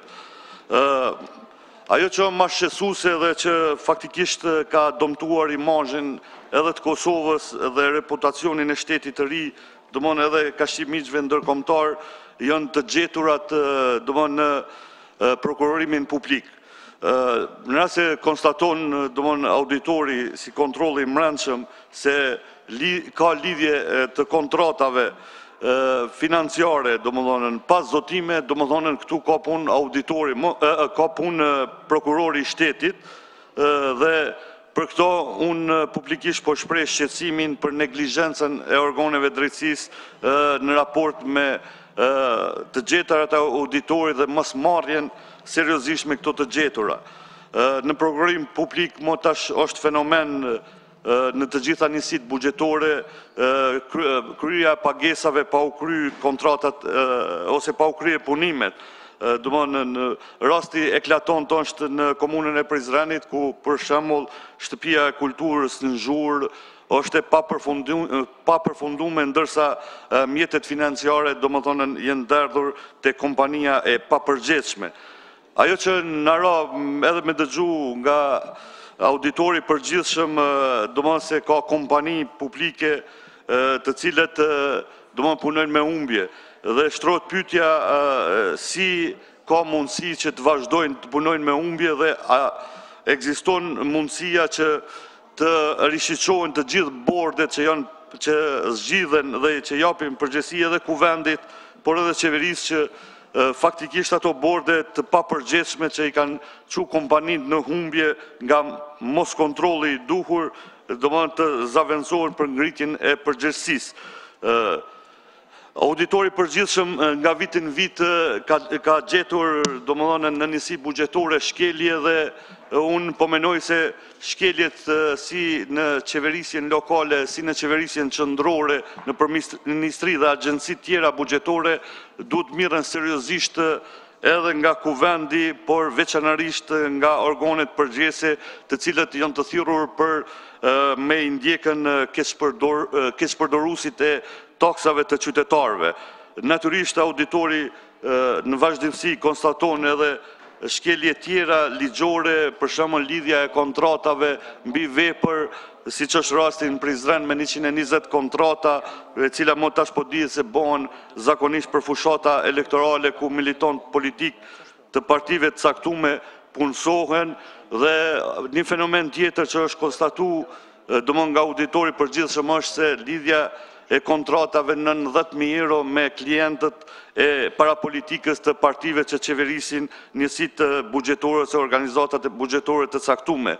Gjitha këto përbojnë një gomë të problemeve me cilët përballohet shoqëria jonë dhe shteti i Kosovës, prandaj unë edhe njerë publikisht i kisha ftue nëse ka me të ndërgjegje, kuptohet organet e drejtësisë që të mirën seriozisht me të gjetërat e auditorit dhe njëre përgjithmonë shkelësit e ligjit e veçanarisht keqpërdoruesit e paras publike të japin përgjegjësi me idenë dhe qëllimin e mirë që kjo mos të përsëritet nga viti në vit, sepse raportet e auditorit jo vetëm siç thotë zoti Joti për zotin Besnik Osmani se edhe në të kalumen ka pas raporte dhe të gjetëra korrekte, por që qeverit dhe organet tjera nuk janë marrë seriozisht me këto të gjetëra. Unë i dëshiroj sukses auditorit përgjithshëm edhe në të ardhmen, por po besoj se trysnia ndaj keqpërdoruesve duhet jetë në nivelin më të lartë. Faleminderit shumë. Faleminderit. Zonja Kollçaku ka fjalën. Ju falenderoj. Në raportin e auditorit theksohet një çështje që besoj është më e ndihshme për të gjithë qytetarët e Republikës së Kosovës. Ai thotë, të gjithë qytetarët e Republikës së Kosovës kanë të drejtë për trajtim të barabartë mjekësor, por faktet qëndrojnë ndryshe. Auditori me të drejtë thekson që ka dështu komplet monitorimi i zbatimit të programit për trajtim të pacientëve jashtë institucioneve shëndetësore publike. Tashmë është e qartë që jo vetëm se nuk ofrohet si e duhur në institucione shëndetësore publike, por edhe nuk ka disa shërbime është e pamundur dhe nuk ofrohen aty, prandaj pacientët janë të detyruar që të kërkojnë këto shërbime edhe në institucionet private, por në shumtën e rasteve në institucionet jashtë vendit. Me të drejtë, auditori thekson se Ministria e Shëndetësisë ka dështuar që ta instalojnë një program kompjuterik ku do të shqyqohet qartë si administrohen aplikacionet sipas renditjes dhe sipas prioritetit të smundjeve, se është shumë e qartë që nuk ka nevojë që të gjitha smundjet të trajtohen jashtë vendit dhe kjo ka ndodhur, normal me mundësi të ndryshme që kanë depërtu njerëz aty dhe kanë përfitu nga fondet që fare nuk ju kanë taku. Do të thotë pamundësia e përcjelljes së të dhënave, mungesa një programi adekuat, ne e dim se si është përgjithësi hallka më e dobët në sistemin e shëndetësor, do me thonë nuk kemi dhëna, e sidomos është e ndihshme aty ku kërkesa është shumë e madhe, dhe pastaj përgjigja është e vogël. Prej 1859 kërkuesve, 512 aplikacione nuk janë shqyrtuar fare. Mirë po, Ministria e Shëndetësisë nuk ka ofru përgjigje të saktë pse janë refuzu këta aplikantë.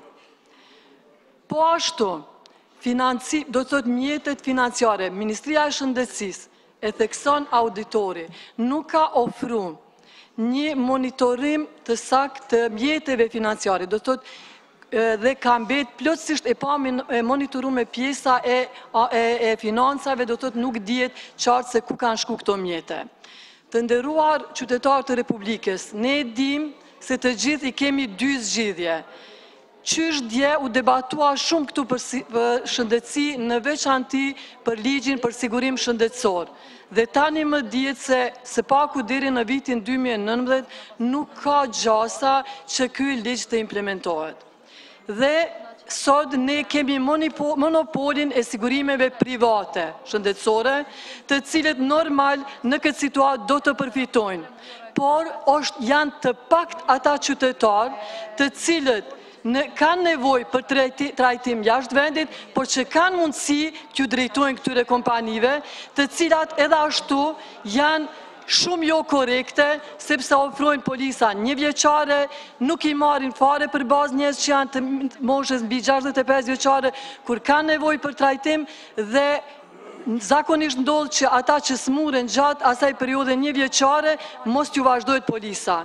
Pra, kjo mundësi që është në vetëm një përqindje tepër e vogël qytetarëve që faktikisht nuk kanë mundësi të i marrin disa shërbime në vend, atëherë duhet t'i drejtohen Ministri Shëndetësisë për të aplikuar për familjarët të vetë për këto shërbime jashtë vendit që fatkeqësisht tash e 18 vite nuk kemi arrit t'ju sigurojmë shumë shërbime që ka qenë e mundur për shkak të keq menaxhimit dhe keq përdorimit edhe të atyre mjeteve financiare që i ka pas në disponim Ministria e Shëndetësisë, jo vetëm nga buxheti konsoliduar i Kosovës, por edhe nga shumë donacione që i ka marrë Ministria e Shëndetësisë.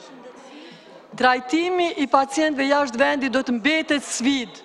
Unë ju siguroj që kërkesa do të rriten, sepse edhe nëse dyfishohet buxheti për Ministrinë e Shëndetësisë do të jetë e pamundur pa një strategji të mençur që të ketë rritje të gamës së shërbimeve shëndetësore në vend. Qeveria e Republikës së Kosovës e ka parapa në programin e vetë bashkëpunimin me Republikën e Shqipërisë. Kishte qenë shumë mirë që shumë mjete që derdhen jashtë vendit të orientohen në një program barë kombëtar, duke menduar për qendra referente, sepse e dim që shërbime që më së shumë t'i kërgohen për trajtim jashtë vendit janë ato që Ju kanë lësë të për bëjnë. qetësi ju grupin parlamentar të LDK-s. Po më vjen keq që qytetarët të nderuar të Republikës së Kosovës, përderisa ne flasim këtu për shëndetësi, zakonisht në Kuvend të Republikës, le ta dinë të gjithë, nuk ka disponim të ndëgjohet për shëndetësi, e pastaj trumbetojnë se e kanë prioritet. Më vjen keq, kjo është përvoja ime edhe në mandatin e kaluar, por edhe tani, që shumë deputet, kur flasin për këto tema të ndihshme, kanë tema në mes vetit bisedojnë, ndërsa unë po flas për një segment tepër të ndihshëm, që kur delni në Prishtinë, në qendër të qytetit, po jo vetëm në Prishtinë, do të shihni fëmijë të cilët kërkojnë fonde për fëmijë të tjerë të sëmur, nga smundje maligne, duke kërku fonde për trajtim jashtë, sepse jo vetëm që nuk po ndërtojmë këto shërbime në vend, por edhe nuk po ju mundsojmë trajtimin jashtë vendit. Do të thotë, nuk kemi qasje si po menaxhojnë fondet për këtë trajtim, se nuk i ka ofru Ministria, auditori thekson qartë. Tani e 2 vite është kërku të aplikohet një program kompjuterik, ku do të kemi të qartë si po shpenzojnë mjetet, ku po destinohen këto mjete, apo shqyrtojnë aplikacionet me renditje si që është apliku dhe me prioritet si pas smundjeve. Mësë shumë t'i ka kërkesa për trajtim smundjeve të zemrës, do të thotë për kardiokirurgji dhe për smundje onkologjike, do të thotë për smundje malinje. Pra ndaj, si që ceka në takime që do t'i ketë qeveria, i sugjeroj me Republikën e Shqipërisë, duhet të trajtojt me një vëmendje të theksuar çështja e qendrave referente dhe spaku fondet që i destinojmë për jashtë vendit që këta pacienti i drejtojnë fillimisht Republikës së Shqipërisë, ku në të ardhmen do të mendonim për qendra referente për onkologji dhe kardiokirurgji, ku njëra mund të fokusojë në Republikën e Kosovës dhe tjetra në Republikën e Shqipërisë, së paku këto fond mos na shkojnë, ju e dini cilat janë qendra ku drejtohen dhe autobuset për cilat qendra drejtojnë çdo ditë nga pacientët tonë, hallëgjin që nuk po gjejnë fatkeqësisht shërim në vend. Unë mendoj që jo vetëm ky segment, do të thotë vetëm programi i trajtimit të pacientëve jashtë institucion shërbime publike ka nevojë për një auditim, por edhe shumë të gjitha departamentet e Ministrisë së Shëndetësisë për keq menaxhim dhe keq përdorim të fondeve publike. Ju falenderoj. Falenderit. Zonja Gazeri ka fjallën.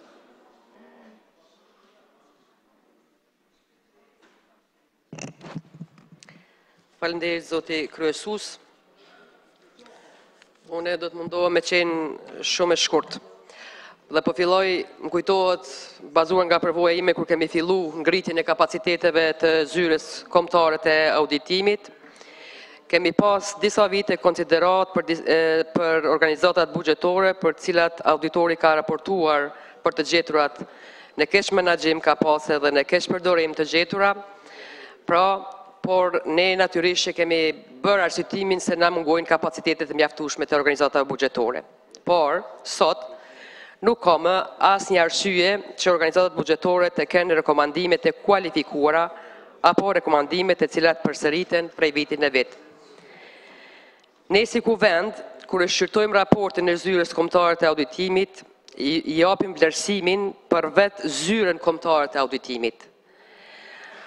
Ndërsa për shkeljet të cilat normal që ne i theksojmë këtu, unë konsideroj se tashmë shteti jonë është i konsoliduar dhe ka organet e drejtësisë, këtë rast prokurin, që për të gjitha rekomandimet e kualifikuara duhet të merret prokuria.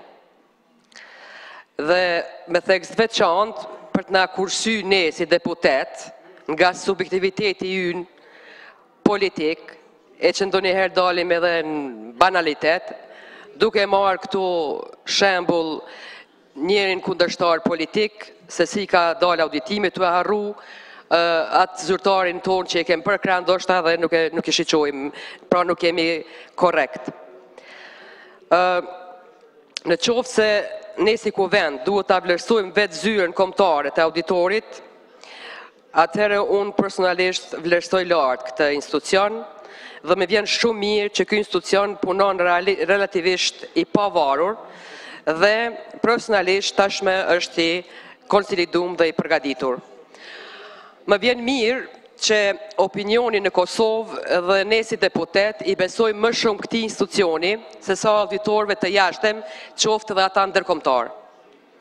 Bazuar në këtë, çka unë thash, dhe në realitetin ne në shtetin tonë, unë mendoj se ne kemi nevojë të amandamojmë disa ligje që auditimi të jetë më efektiv.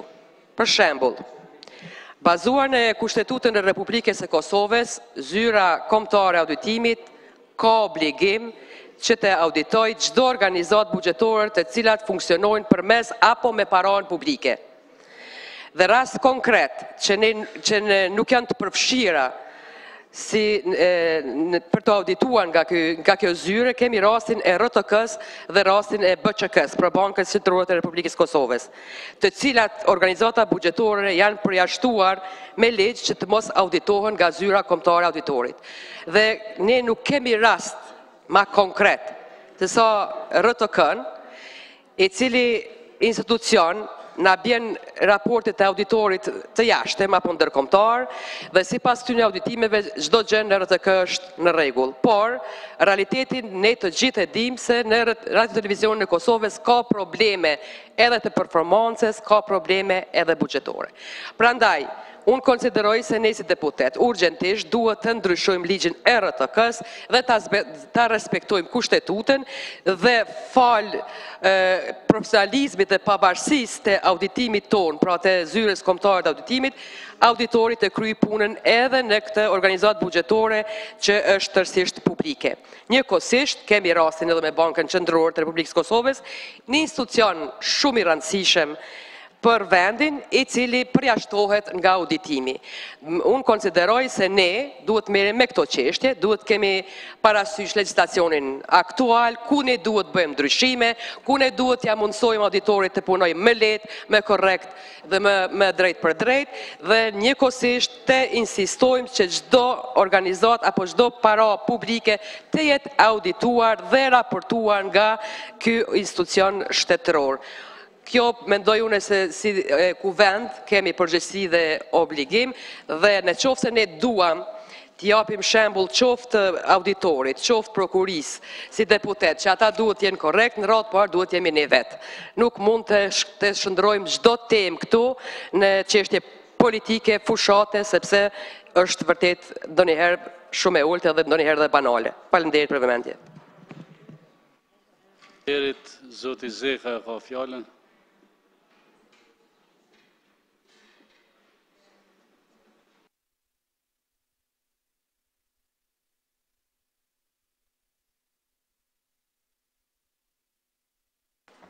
Faleminderit nën kryetar, të nderuar deputet.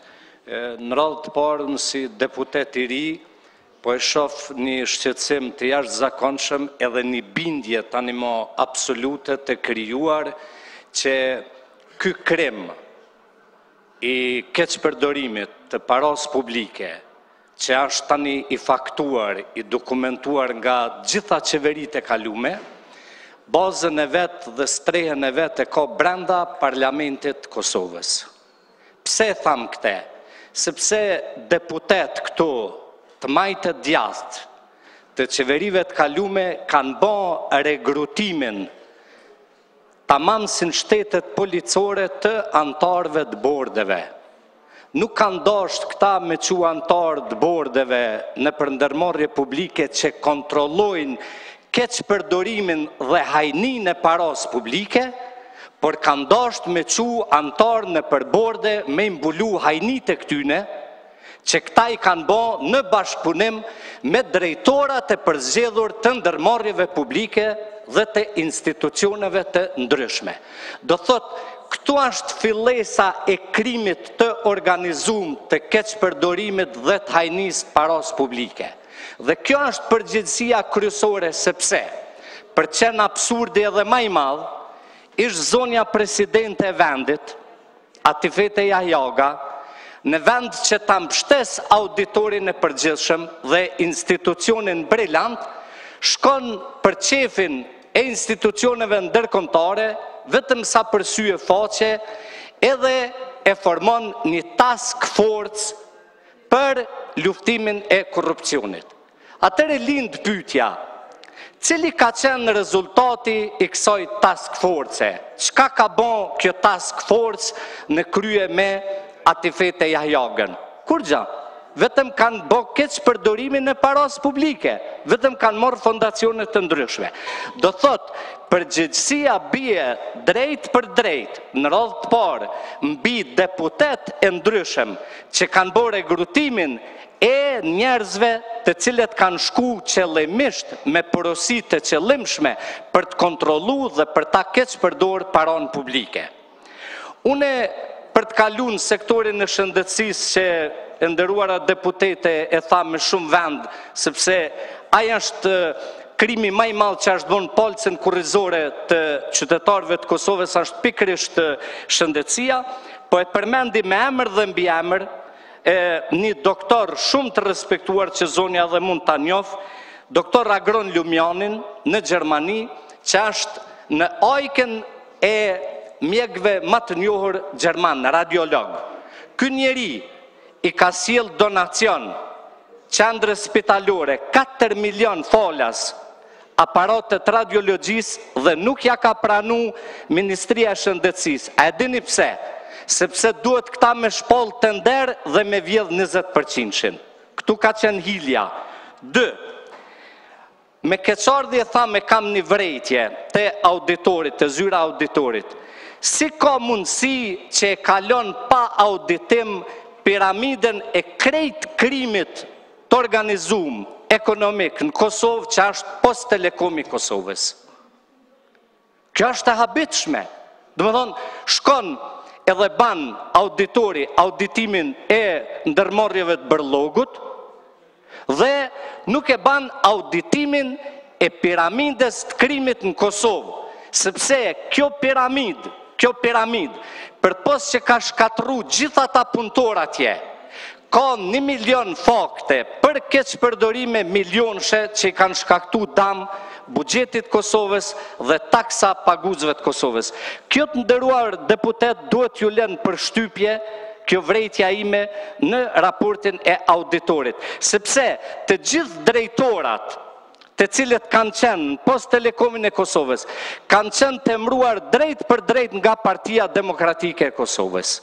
Edhe drejtori aktual, i cili fillimisht e ka shkatrua aeroportin, e pastaj pe aeroportit ka ardhë në Post Telekomin e Kosovës. Mas pore na i ka pruja 20-30 vetë me list me i punësu në Radio Televizion të Kosovës, me list edhe me urdhër, mas i ka punësu dhe i ka rahatu këta njerëz, edhe mas i e ka vendos vllavën e vetë drejtor financiar në Radio Televizion të Kosovës, tani ka shku për ta shkatru Post Telekomin e Kosovës, ku përmes paros publike i shantazhon dhe i blen jo vetëm gazetarët, por edhe njerëzit të ndryshëm brenda policisë, brenda prokurorisë, edhe brenda institucioneve politike. Tani po kaloj te Radio Televizioni Kosovës. Pse po tham që fillesa e zinxhirit krimit buron nga parlamenti? Sepse ju të nderuar deputet e keni leju Radio Televizionin e Kosovës që të mos e pranoj zyren e auditorit kombëtar. Radio Televizioni i Kosovës e ka auditorin të cilin e ka caktuar vetë. Dhe në bashkëpunim me te bojnë kontrollin e financave të veta bashkë që shdojnë. Dhe nuk janë pak para të cilat dedikohen për Radio Televizionin publik. Qëse ne vazhdojmë me e leju që ata mu sjell, sigur me qenë kjo para e gjepa vtyne, sigur me qenë 2-13 milion para dhe me trajtu Radio Televizioni Kosovës dhe Post Telekomi Kosovës janë prona privatet nderuar deputet. Nuk janë ndërmarrje publike dhe këte e dokumentoj dhe argumentoj me 1 milion fakte para cilit do prokuror të Kosovës. Po e përmendi një letër cilën e kam pranu nga punëtorët brenda Post Telekomit Kosovës. Ju lutem deputet nderuar që kërkoj ta krijojmë një komision hetimor për ndërmarrjet publike. Shkoni dhe pyetni drejtorin e Post Telekomit Kosovës, si ka mundësi që ka caktu zyren ligjore të shokëve të vetë për ta mbrojtur në kontestin e arbitrazhit me Zymobile-in, kur Post Telekomi Kosovës e ka zyren brenda për brenda, zyren ligjore. Po shkojmë te Agjencioni për Zhvillim Bujqësor.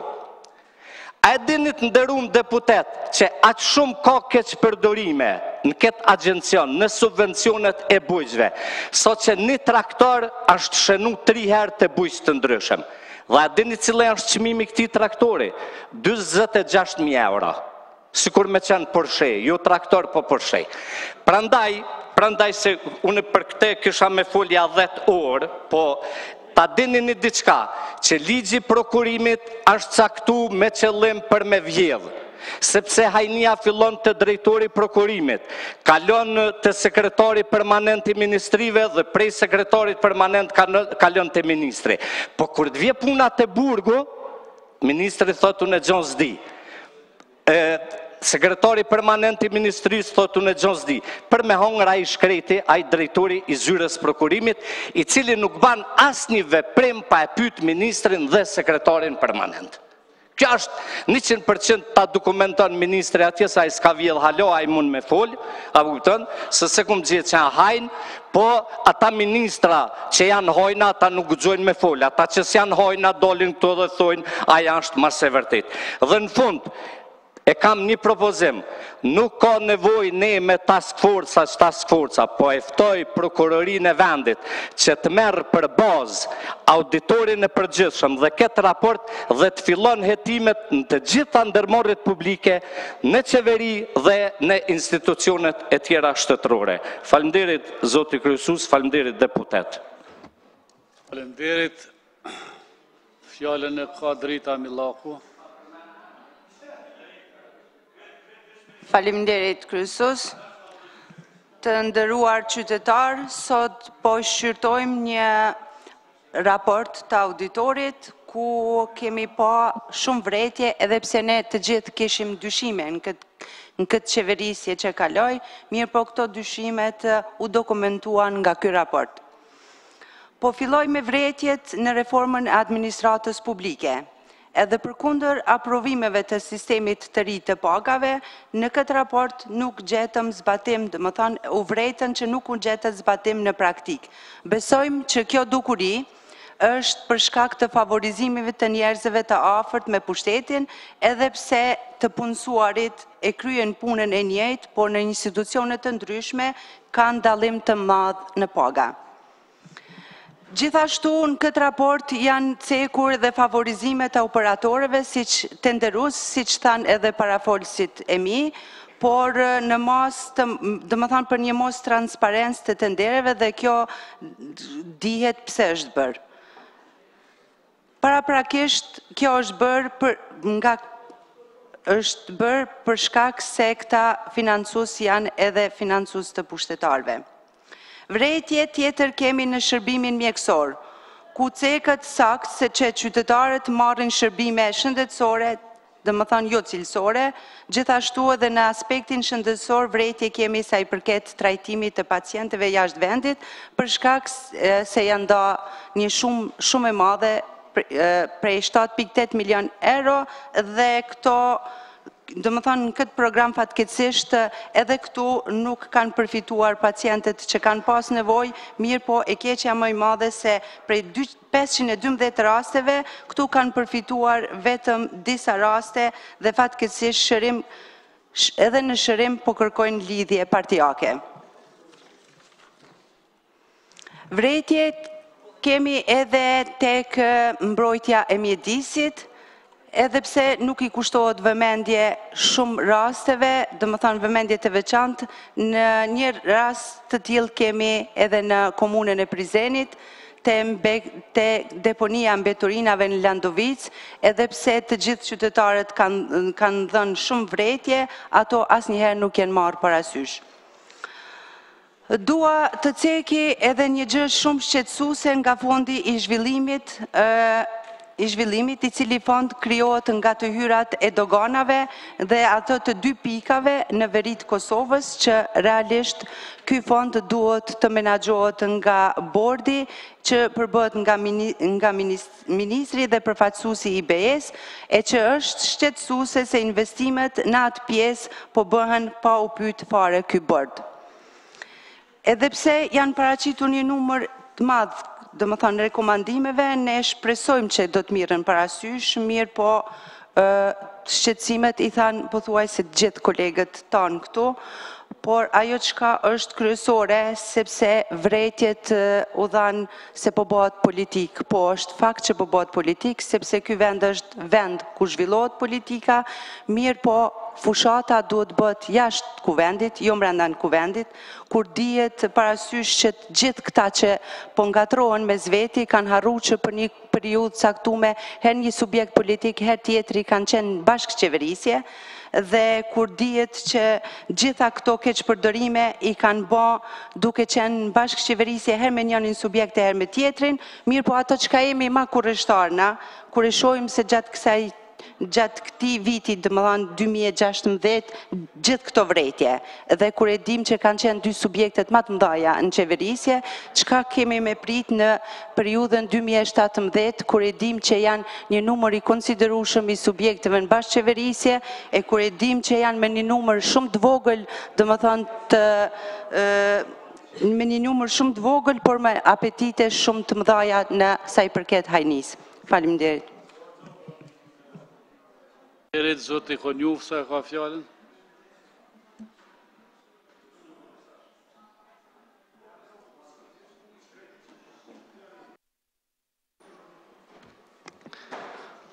Po foli Arben se ka lidhe me juve pak.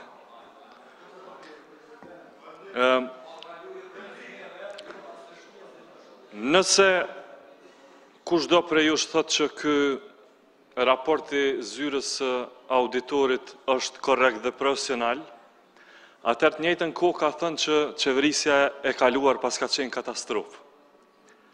Për arsye se nëse e lexoni përmbajtjen e këtij auditori, atëherë gjetjet janë me të vërtetë shqetësuese dhe brengose për shtetin e Kosovës. Auditori thotë që nuk është monitoruar fondi për trajtimin mjekësor të pacientëve jashtë vendit, por pacientët janë trajtuar jo cili ka ma shumë nevojë, po cili ka ma shumë intervenca të ministri. Qeveria nuk ka marrë masat nevojshme për mbrojtjen e mjedisit. sa i përket shkatërimit dhe ndotjes, duke filluar që nga uji e deri te ajri. Çantat e nxënësve nuk janë letuar fare dhe nuk ka pas kurfar projekti për këtë gjë dhe tekstet shkollore nuk janë rishikuar për të përmirësuar. Ka dështuar prokurimi, tenderimi dhe kontratat e mirëmbajtjes së rrugëve. Ky konsiderohet si njëra prej fushave dhe aspekti më i sigurt i aferave korruptive. Pra, vetëm hetoni këtu, do të aftojmë prokurorin që të hetoj ma shumë se këtu ki korupcion sa dush.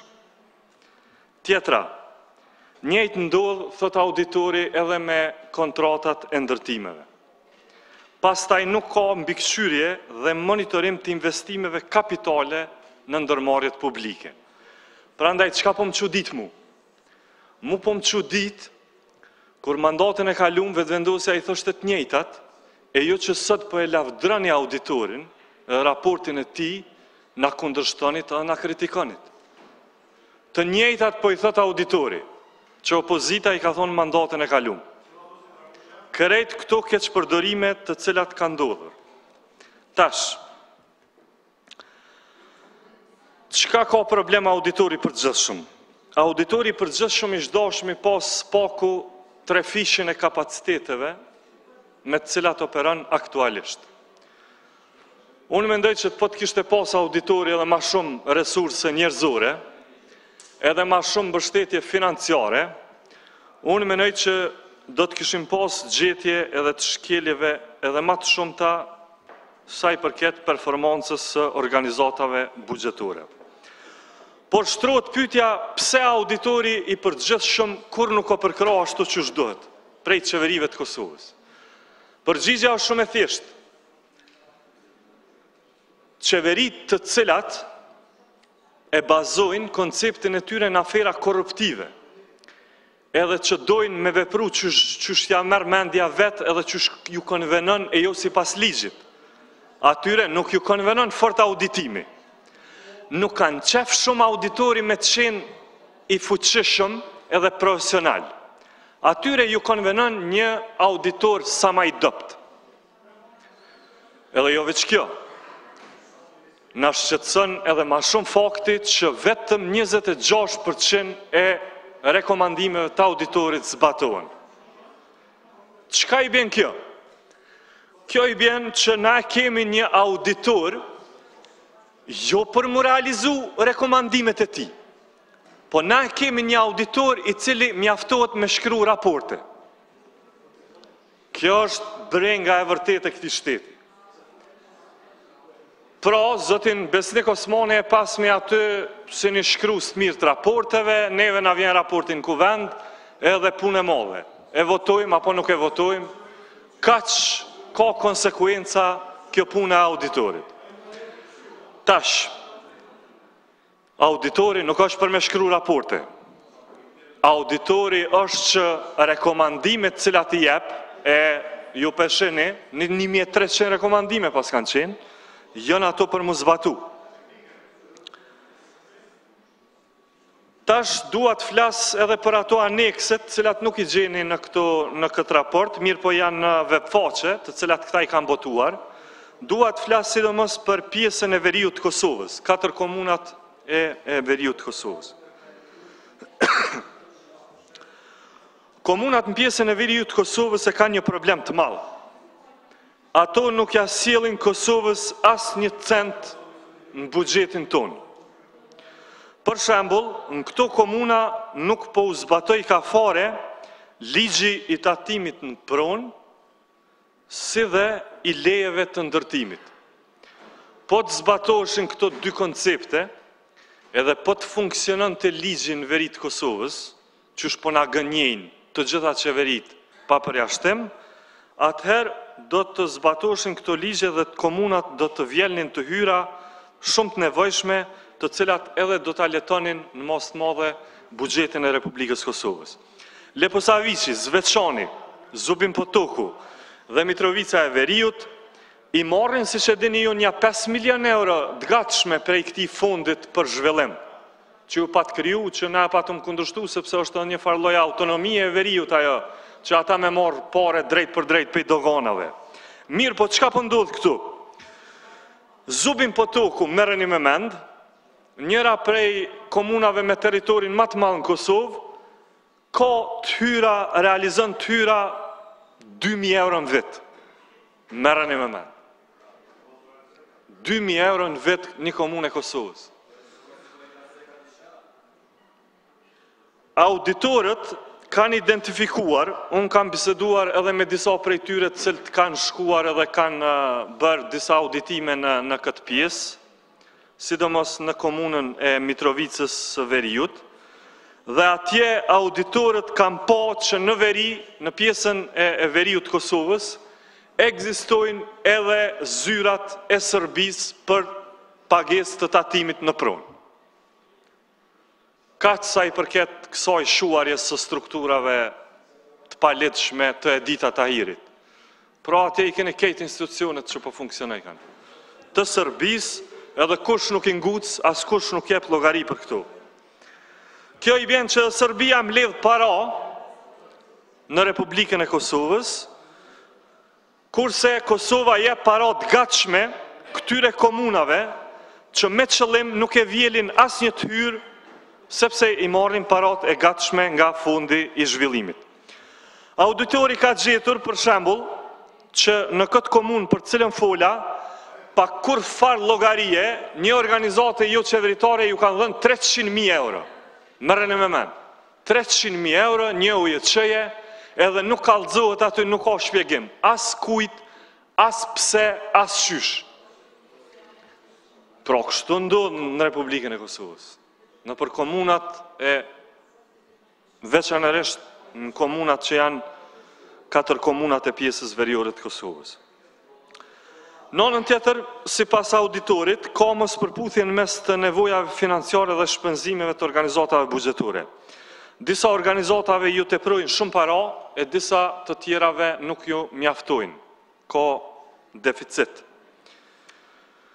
Tjetra, nuk është prezentuar rritja e borxheve publike. Borxhi publik po thojnë është rreth 873 milion euro dhe dihet mirë që sipas rregullave standarde mikrofiskale, pjesëmarrja e borxhit publik në raport me buxhetin shtetëror, nëse e ka përcen 30%, atëherë rrezikohet seriozisht për mbushja e nevojave dhe projeksioneve.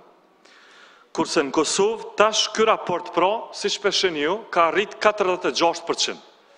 46% e buxhetit ton shtetëror janë borxhe publike. Pra, borxhi publik faktikisht Kosovën po e fut në atë zonën e rrezikshme të shpërputhjes mes obligimeve që i kemi edhe çfarë mundësie na kemi mi kthy këto obligime sa i përket borxhit publik. Pra, buxheti në vend që të shërbej për planifikimin e drejtë shpenzimeve në interes të qytetarëve, po shërben edhe si platformë e mashtrimit elektoral. Pse po them këtë? Sepse në buxhet ka të hyra për vitin 2016 200 milion ma pak se projeksionet. Atëherë, çka i bjen kjo? Kjo i bjen që kemi pas të bëjmë me një buxhet mashtrues. A më ku është mashtrimi? Mashtrimi është elektoral. Janë vendos 55 projekte të cilat as që kanë fillu. Pse janë vendos? Kur të shkojnë këta në për fshatrat ndryshme, në për fushat elektorale, mi ju thonë aty fshatarve që ja kanalizimi juj, a peshini zërin buxhetor, e keni këtu edhe kanalizimin edhe ujësjellësin janë të gatshme. Ato bartën vit pas viti edhe nuk realizohen. As në vitin 2016, as në vitin 2017, as kur.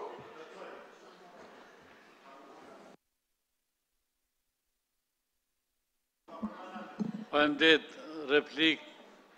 Shdia ta ka përmen se kam rezu Arben Gashi replik. Falënderit kryesuesi i seancës, zoti Konjufta me që ma përmen emrin. Si duket përmendja emrit ke përthirë vëmendje, se nuk e di çka, megjithatë unë të ngova me vëmendje, zakonisht në pëlqen në diskutimet tua, por sot mendoj se ke pas disa gabime jashtëzakonisht rënda në konceptin e referimit geografik që shpesh e konsideroj si referim politik. Veriu i Kosovës. Çka definoni ju si veri i Kosovës? Unë mendoj se është gabim jashtëzakonisht i rënë politik në qoftë se i referohesh një pjesë të territorit vendit si veriu i Kosovës, sepse ju e dini që ka një tendencë të vazhdueshme prej përfundimit luftës Kosovës, që të krijohet një rajon politik i quajtur veriu i Kosovës nëpërmjet asociacionit komunave me shumicë serbe, lidhjes vertikale të komunave me shumicë serbe, dhe ky referim mendoj se te ju mund të jetë gabim në zhargon në shprehje, por është politikisht gabim, administrativisht nuk ekziston derisa nuk është formuar hala asociacioni komunave me shumicë serbe, dhe teknikisht është i papranueshëm. Pra, mendoj se duhet jemi më të kujdesshëm kur referohemi pjesëve gjeografike të vendit, të mos ketë konotacione politike, sidomos nëse i përdorim këto fjalë në Kuvendin e Kosovës. Unë e di se kjo lloj referencë është përdorur në të shkuarën dhe po ashtu ka raste ku përdoret edhe në dokumente caktuara që prodhohen nga institucionet e Kosovës. Prandaj si vërejtje dhe sugjerim që të mos përdoret një diçka e tillë sepse është e dëmshme për interesin nacional të vendit. Faleminderit. Kundër replik, zoti Konjuvca. Arbeno, në mendoj që sidomos në këtë temë jam shumë i kujdesshëm, edhe kur nuk e përdori termin Kosova veriore. Po të përdori termi Kosova veriore, do të ishte term politik. Amo veriu i Kosovës, pjesa e veriu të Kosovës, është vetëm term geografik. Pra, po të thoshta Kosova veriore, ajo bëhet term i rrezikshëm politik për një mend. Amo veriu i Kosovës është vetëm term geografik, në atë pjesë gjenden 4 komunat, cilat unë i përmenda, dhe nuk ka kurfar konotacioni politik. Andashim me bu politike o zajednica. Amo në nënshkrimin aty e ka Isa Mustafa. Aty kryeministri yt i kaluar e ka në nënshkrimin. Por mos u frikso sepse nuk do ta lejojmë të ndodhë. Faleminderit. Faleminderit, fjalën e ka zoti Kujtim Shala.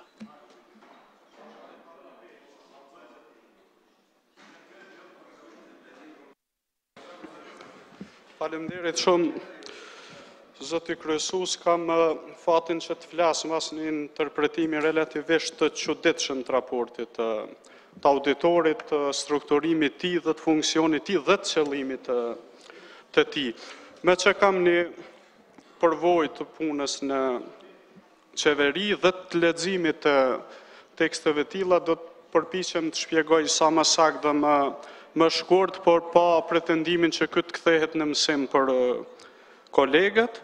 Për spari unë mendoj që Arbeni ka të drejtë, semantikisht Kosovë veriut veri i Kosovës është e njëjta gjë, nëse ne pastaj kthejmë në nuanca politike, është, do me thonë, varet se si pozicionohemi dhe të keni parasysh asociacioni i komuna u formua kur do që do të formuat, nuk do të jetë për një pjesë të Kosovës dhe si pas opinionit gjykatës kushtetuese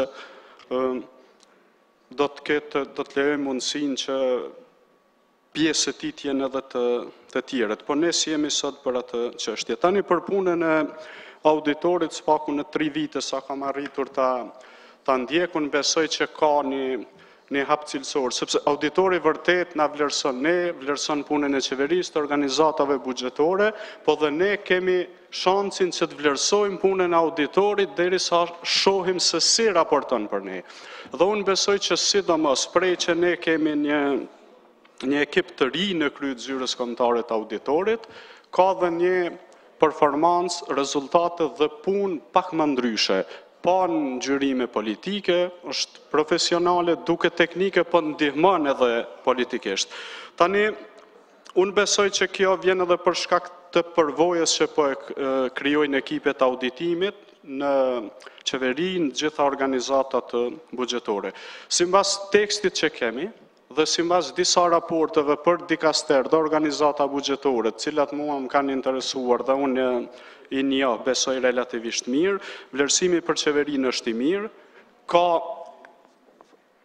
evidentohet dhe përparimi, ka evidenca cilat lidhen me probleme që kanë bëjnë me organizatat buxhetore dhe është normale. Në këtë pikë na vim të çështja themelore, se pse auditohet, çka auditohet, çfarë na duhet ajo. Të keni parasysh, nuk mund të diskutohet këtu për punën e auditorit si për punën e një zyre prokurorisë ose si për një prokuror. Në esencë, auditori, zyra kombëtare, ekipet e tij, gjithë puna në organizatat buxhetore ka të bëjë me auditimin, me verifikimin e pasqyrave financiare. Dhe duhet të shihni që vlerësimi për organizatat buxhetore kryesisht është i këtij tipi, që pasqyrat financiare janë të sakta. Çfarë do të thotë kjo? Që institucionet bashkëpunojnë, që institucionet nuk tentojnë që të manipulojnë informacionin, dhe që pasqyrat financiare janë sakta, i bie që institucionet punojnë përbrenda asaj që përcakton korniza ligjore. Por saktësia e pasqyrave financiare duhet të shoqërohet me një evidencë ose me një vedije, nuk mbyllet këtu, dhe unë e kam parasysh, do me thënë vlerësimi nuk mbyllet këtu. Po pse është e rëndësishme të theksohet, sepse saktësia e pasqyrave financiare lejon që ne të evidentojmë mungesat. Dhe këto janë mungesat që kanë të bëjnë me punën, me menaxhimin e financave, me administrimin e tyre, edhe me keq menaxhimin, po kryesisht me keq klasifikimin, që janë probleme më shumë të natyrës teknike. Tashun kam parë që ekipet e auditimit përpos kësaj shkojnë edhe një hap më tutje dhe merren dhe me interpretime të legjislacionit. Kjo duket normale, po unë kam mbretur që ka një mungesë përvojë të ekipeve në këtë rafsh dhe unë do të sugjeroja që të plotësohej, nëse kam drejt kërkoj këtë si deputet. Është element i ri që vlerësohet performanca, që do të thotë vlerësohet efekti i punës, efekti i ekzekutimit buxhetit, që ne se kemi patur më parë në raportet e auditorit, dhe unë kam një vërejtje thelbësore pastaj kur raporti sugjeron, kur auditori vërtet sugjeron politika për organizata buxhetore specifike. Sepse për çështje tilla unë besoj dhe edhe krevi i zyrës kombëtare të auditimit e ka të qartë që duhet të ketë ekipe më të specializuara, do duhet të ketë ekipe që duhet të kenë eksperiencë në ato fusha. Tani, pa tjetër që ky raport përfshin gjitha organizatat buxhetore, pa tjetër që kjo është një përmbledhje dhe që të kuptojmë situatën plot dhe nëse dojmë ta shpjegojmë vërtet, qoftë edhe teknikisht ose politikisht, do të kthehemi dhe të shohim një pjesë të madhe të teksteve të auditimit, vlerësimeve përfshirë edhe komunat, përfshirë dhe komunën e Prishtinës, sepse brenda kësaj, brenda pasqyrave financiare, element themelor është ekzekutimi i buxhetit. Pse është dhe ky kthehet në element politik, sepse buxheti nëse nuk ekzekutohet sakt ose s'është planifikuar sakt, ose punët që janë bërë janë shumë më pak se sa buxheti siç ka ndodhur në komunën e Prishtinës, sepse kështu krijohet suficiti, besoj pajtoheni për këtë, dhe unë asë s'po e them si kritik, asë po evidentoj si akuzë, sepse në esencë gjithçka që auditohet që ai që është ngrit institucionit ta ketë pasqyrën e qartë punës institucionit tij ose të dikasterit dhe të organizatave buxhetore të institucioneve vartëse. Dhe elementi tjetër i rëndësishëm i raportit, spaku i raporteve detaje është sugjerimi, që kërkon pastaj që të organizatat buxhetore të deklarohen dhe për një dinamik pune e cila do të përmirëson të këtë. Merreni raportet auditimit për dikasteret veçantë qeverisë në 3 vitet e fundit dhe ju do të shihni që ka përmirësime të dukshme, nuk mjaftojnë. Ky është proces menaxhimi dhe gjithmonë ka mungesa, por do të vreni që një çështje e dorës së 10 të raporti para 3 viteve bëhet çështje dorës parë të raporti vitit 2016. E pse kështu? Sepse çështjet themelore problematike janë zgjidhur. Unë dëshiroj të përgëzoj edhe një herë zyrën kombëtare të auditimit, kreun e saj normalisht si përfaqësuesi Lidhjes Demokratike të Kosovës jap mbështetje plot në punën e tij të pavarur, sepse puna e tij do të ndihmojë, do të rrisë, do të përmirësoj performancën e institucioneve tona. Faleminderit shumë. Faleminderit Zoti Shala, fjallën e ka Zoti Sami Kurteshi. Faleminderit, Zoti Kryesues i seancës për fjalën e dhënë, të nderuara kolege dhe kolegë deputet, i nderuar kabineti qeveritar pas ka ikë, koka nikje, i nderuar auditori përgjithshëm. Unë e falenderoj auditorin për raportin e dorëzuar në Kuvend për diskutim dhe shqyrtim. Se sa është i rëndësishëm auditori përgjithshëm, edhe sa është vlera e tij, dëshmon mungesa e gjithë kabinetit qeveritar, ndërsa ky raport ka të bëjë kryesisht me nivelin qeveritar. Kjo vetëm sa për ta vënë duke si është gjendja e përgjegjësisë. Me gjithë mangësitë dhe vërejtjet edhe nga parafolësit, edhe mangësitë aty këtushme të natyrës teknike, për shembull te përqindja e rekomandimeve në faqen 5 dalin 101%. Në aspektin metodologjik, unë kam kërkesën për auditorin për sqarimin e metodës së auditimit. Pyetja ime është: a janë audituar të gjitha dokumentet e nevojshme të organizatave buxhetore, apo është bërë vetëm auditimi selektiv sipas parimit të rastësisë? Sepse unë kam bindjen se ka edhe më shumë shkelje që mbeten të pazbuluara, por kjo ka të bëjë sigurisht me mungesën e stafit të mjaftueshëm në këtë institucion. Kjo është e qartë. Ne kemi një raport për vitin 2016, i cili nxjerr në pa një varg jashtëzakonisht të madh mangësish, keqpërdorimesh, shkeljesh e mospërfilljes së pasurisë publike. Sfidë mbetet edhe niveli ulët i zbatimit të rekomandimeve të auditimit të brendshëm, që e ka cekur auditori. Jashtëzakonisht shqetësues është që organizatat buxhetore tani e 18 vjet nuk arrin të bëjnë regjistrimin e pasurisë. Sa i përket veprimeve konkrete që janë ndërmarrë në lidhje me menaxhimin e rreziqeve, vret një gjendje shqetësuese sipas auditorit, pasi që pak organizata e kanë trajtuar seriozisht menaxhimin e rrezikut. Nga 1300 rekomandime, veç 26% implementohen. Për këto tjera s'po flas. Si problem kryesor, edhe te auditorit del mirëmbajtja e rrugëve, ato veprimet kryesore dhe ndërtimet. E këto janë fushat ku vren shkeljet dhe mangësitë më të mëdha, përveç mos regjistrimit të gabuar të pasurive dhe të gabuar të pasurive të palojshme. Edhe po dihet ku janë përfitimet më të mëdha. Unë po kthehem pak në Gjilan, çka konstaton auditori. Thotë ekziston një numër i dobësive të qeverisjes brenda komunës, veçanërisht në lidhje me llogaridhënien, menaxhimin e rrezikut dhe cilësinë e raportimit menaxherial. Auditimi i vitit kaluar ka nxjerrë pasi niveli rekomandimeve të zbatuara nga viti kaluar është tejet i ulët, janë zbatuar nga 18 vetëm 2 rekomandime. Tani, po kthehem te pjesa kryesore e raportit.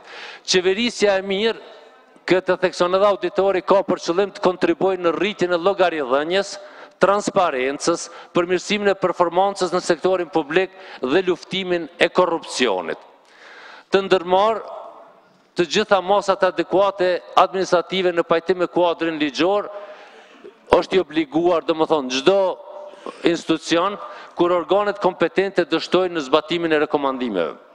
Po çka të bëhet më tej? Kjo është pyetja që lind pas dëgjimit dhe shqyrtimit të raportit auditorit dhe shumë agjensive tjera të pavarura kontrolluese. Cilat janë mekanizmat ligjor për ndërmarrjen e veprimeve dhe masave adekuate ligjore kundër shkeljeve dhe shkelzve që identifikohen? Nuk ka.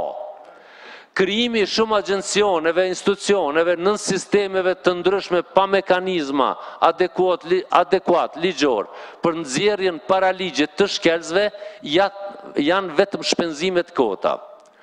Unë kam një propozim krejt konkret që do të ndihmonte për të identifikuar shkelësit që në gjuhën ligjore do të konsideroheshin keqpërdorues të mjeteve publike dhe të funksionit publik, do të ishte krijimi i mekanizmit ligjor që krijon lidhjen e drejt për drejt në këtë rast të zyrës auditorit me agjensionin kundër korrupsionit dhe të dyja këto drejt për drejt të lidhen me prokurorin publik.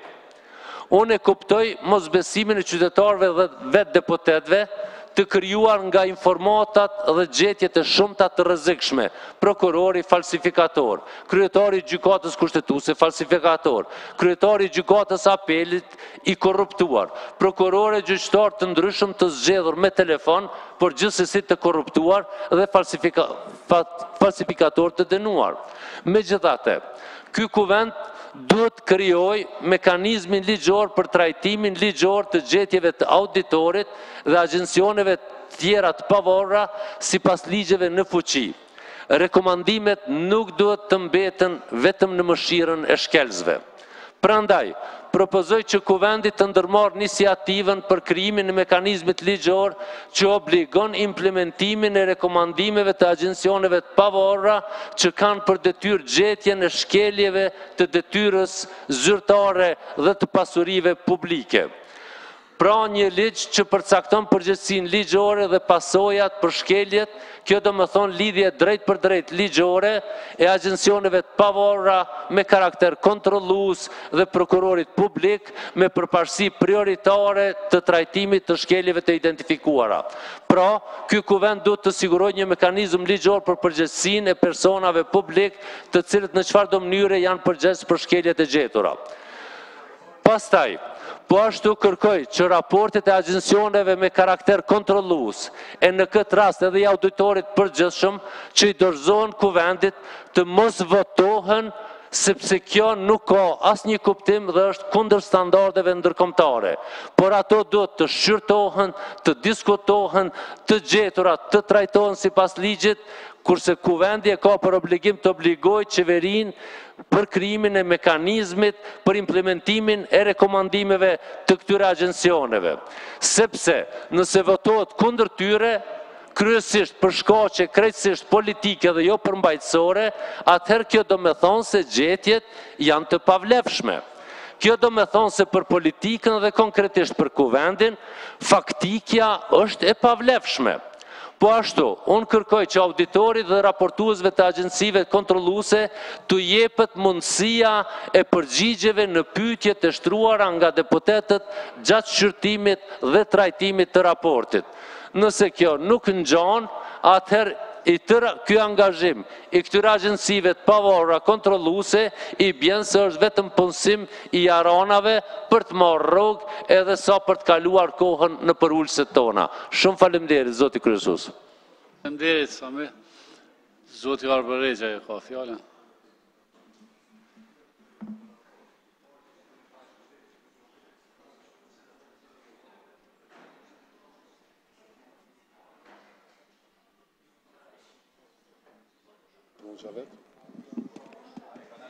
A është?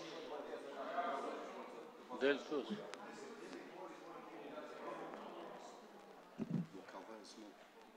A ke shtyp? Regjia, muni me ndezë mikrofonin e Arbërexhaj? S'pi funksionon, atër del këtu në folë. Unë ndezë.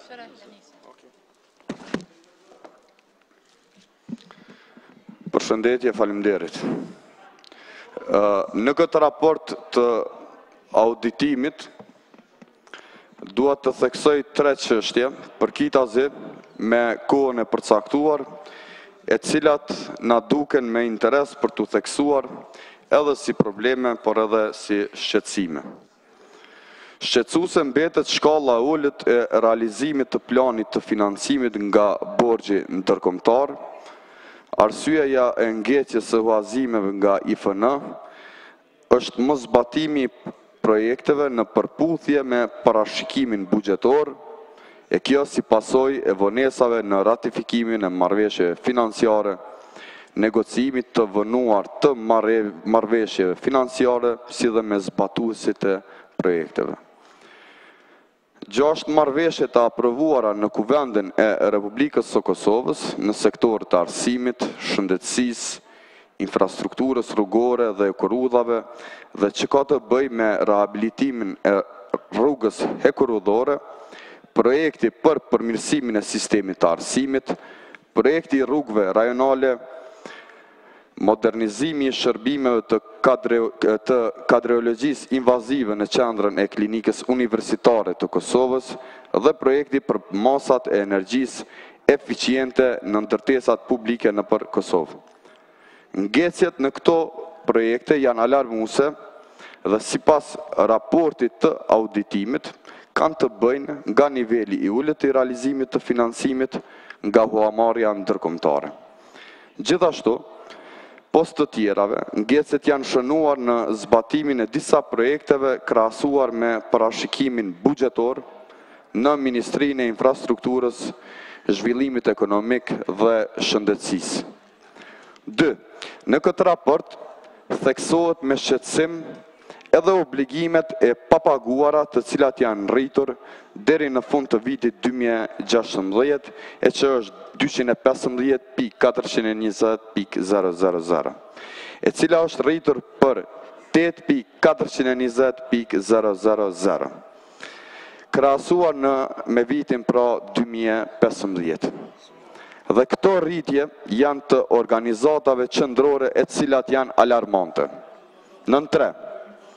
Në këtë dokument mbetet pakrahasimisht shqetësuese fusha e prokurimit publik, ku në këtë dokument potencohet planifikimi jo i mirë i prokurimit, mungesë e plotësimit të kërkesave ligjore, të cilat shkaktojnë që këto projekte të mos realizohen me kohë, dobësi në procesin e vlerësimit të tenderëve nga ana e komisioneve vlerësuese, favorizime potenciale ose diskriminuese nga ana e OE-ve dhe vlerë dobët për para apo dështim për t'i marrë shërbimet e caktuara, mungesa e përgjegjësisë dhe kontrolleve të mjaftueshme nga nivelet më të larta të menaxhmentit, mangësi në monitorimin e zbatimit të kontratave dhe kryerjen e punëve, si nga aspektet e kohës,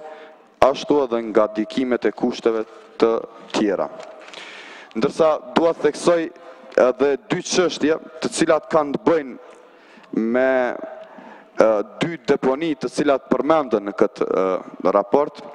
E para ka të bëj pra me deponin në Zhurin e Ri, përkatësisht i cili theksohet si modernizimi i deponisë në Sharr, e që pra përmban, do duhen fakt të përmbante mbeturina inerte, po aty kundërmën dhe se domethënë në të ardhmen qeveria do duhet të parashikte mjete që ta ruan edhe ambientin, e ta ruan edhe qytetarin nga sëmundjet të cilat shkaktohen pra nga ky kundërmim. Po ashtu, në këtë gjendje po ashtu të njëjtë, madje tepër alarmante, sepse shpeshherë edhe në Landovic, pra të shkaktuar nga deponia e Landovicës, domethënë janë shkaktuar raste të cilat pra kanë të bëjnë me aspekte të ndryshme shëndetësore dhe se qytetarët e këtij fshati shpeshherë kanë alarmuar në të gjitha anët, pra në të gjitha institucionet për rrezikun që i vjen. Faleminderit. Zoti Naser Ugova e ka fjalën. Faleminderit, zoti kryesues, të nderuar koleg deputet, i nderuar auditori përgjithshëm, spari dua t'ju përgëzoj juve dhe zyrën kombëtare të auditimit për raportin vjetor të auditimit për vitin 2016.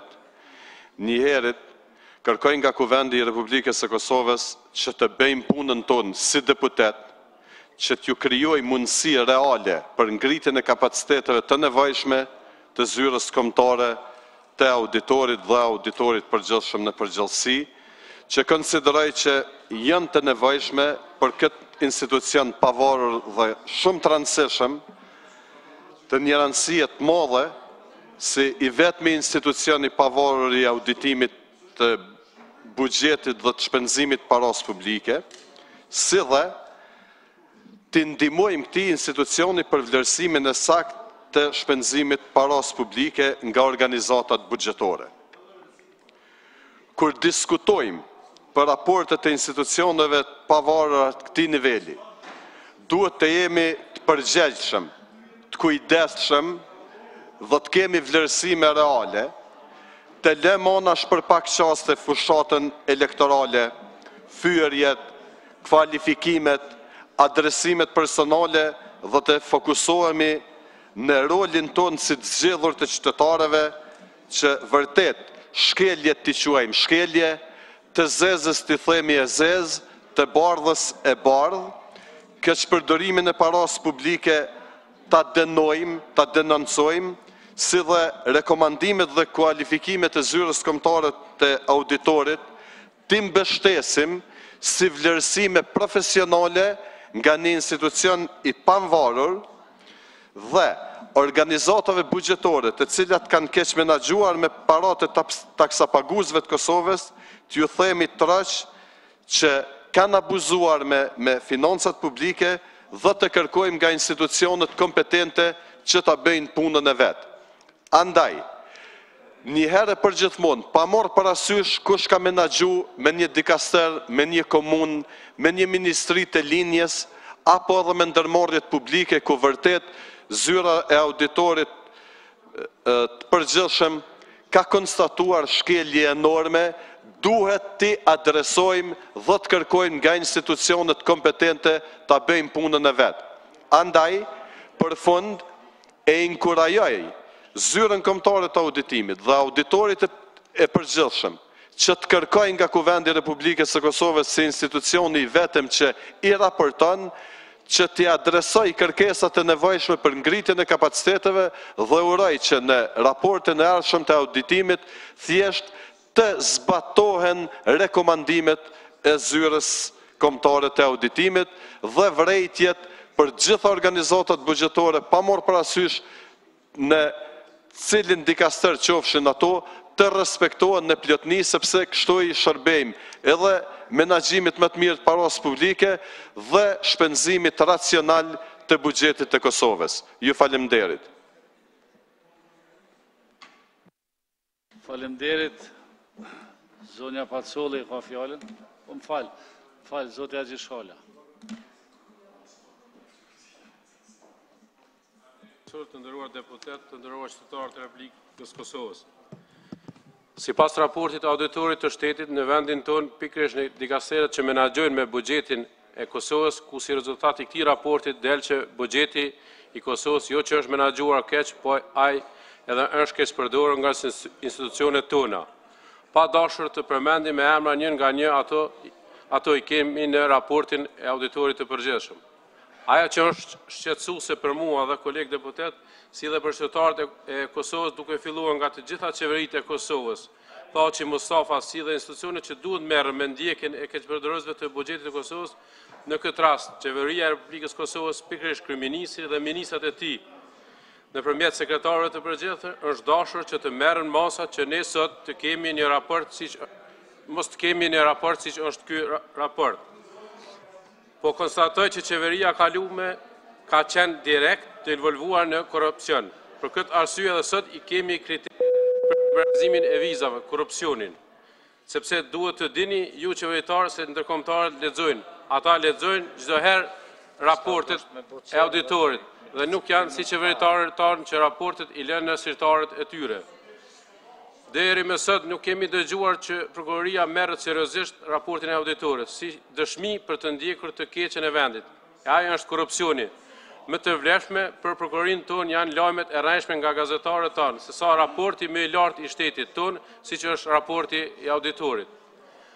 Të nderuar kolegë deputet, ne si parlament kemi përgjegjësi në shumë agjencione, ku nga parlamenti janë emëruar shumë borde, të cilat borde si pas raportit të auditorit lejme që kanë qenë borde jo profesionale, por ata janë pjesë e korrupsionit në vend, apo mbyllja e syve të tyre para së keqes së vendit, apo kanë qenë shërptor të shefave të tyre, ku kërkoj urgjentisht shkarkimin e të gjitha bordeve të zgjedhura në Kuvendin e Republikës Kosovës. Njëkohësisht kërkoj nga Kuvendi i Republikës Kosovës që të nxjerrë një rezolut me të cilën obligohet obligohet qeveria e Republikës Kosovës dhe organizatat buxhetore, si dhe të gjitha institucionet që raporti auditorit ose zyres kombëtare të auditorit të respektojë të gjeta dhe të rekomandoj kësaj parlamentit se për mosat të cilat i ka marrë lidhur me këtë raport, ku deri me sot nuk kemi asnjë raport nga auditori jashtëm në Kuvendin e Kosovës në fund vit, se me të vërtetë se çka ka marrë qeveria masa ndaj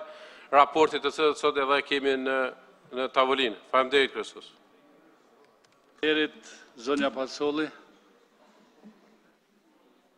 Nderuar, raporti auditorit fokusohet në dy çështje të cilat kanë shumë rëndësi dhe kanë ndikim direkt në jetën e qytetarëve dhe të cilat janë keq përdorur dhe janë injoruar nga qeveria. E para ka të bëjë me trajtimin e pacientëve jashtë institucioneve shëndetësore publike, ku konstatimi i raportit është i thjeshtë dhe real dhe shumë i qartë se qytetarëve të Republikës së Kosovës nuk i ofrohen shërbime cilësore shëndetësore nga institucionet shëndetësore publike dhe nga Ministria e Shëndetësisë. Sipas raportit të auditorit, nuk ka të dhëna të sakta të cilat dëshmojnë se menaxhimi i fondit prej 7.8 milion eurove për vitin 2015 është bërë në mënyrë të drejtë. Në vitin 2015 janë pranuar 1.859 kërkesa, janë shqyrtuar 1.347, ndërsa 512 nuk janë shqyrtuar fare dhe nuk ka arsyetim pse nuk janë shqyrtuar. Leukemia, e cila konsiderohet sëmundje që kërkon reagim të shpejtë dhe për shkak të kësaj sëmundje kemi pasur një numër të madh të fëmijëve që kanë humbur jetën, kjo është konsideruar me prioritet jo shumë të lartë për shkak se 28.6% të rasteve nuk janë shqyrtuar fare. Auditori gjen se regjistrimi i kërkesave të realizuara dhe atyre të refuzuara bëhet në program Excel, në cilat ka mangësi të mëdha. Për vitin 2015 konstaton se ka pasur përmirësim, pra në lista tani shkruhet emri dhe mbiemri i pacientit, data e aplikimit, lloji i sëmundjeve, datën e aprovimit apo të refuzimit.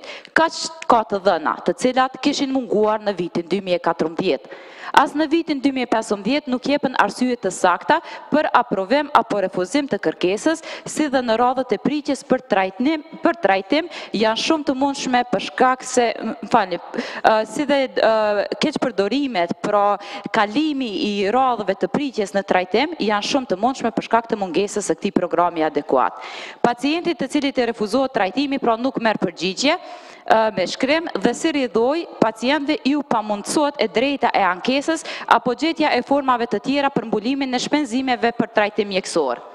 Auditori gjen se nëse edhe jepet përgjigjja negative, ajo është e mangët dhe pa qartë. Pra thjesht në përgjigje shkruhet kërkesa refuzohet bazuar në udhëzimin administrativ numër 10/2013. Pra duke lënë pacientin në pamundësi që të kuptoj arsyen pse në të vërtetë është refuzuar. Ndërsa në rastet kur aprovohet kërkesa, në asnjë formë pacienti nuk obligohet të sjellë faturat. Auditori kishte kërkuar këto dëshmi, por këto nuk janë siguruar.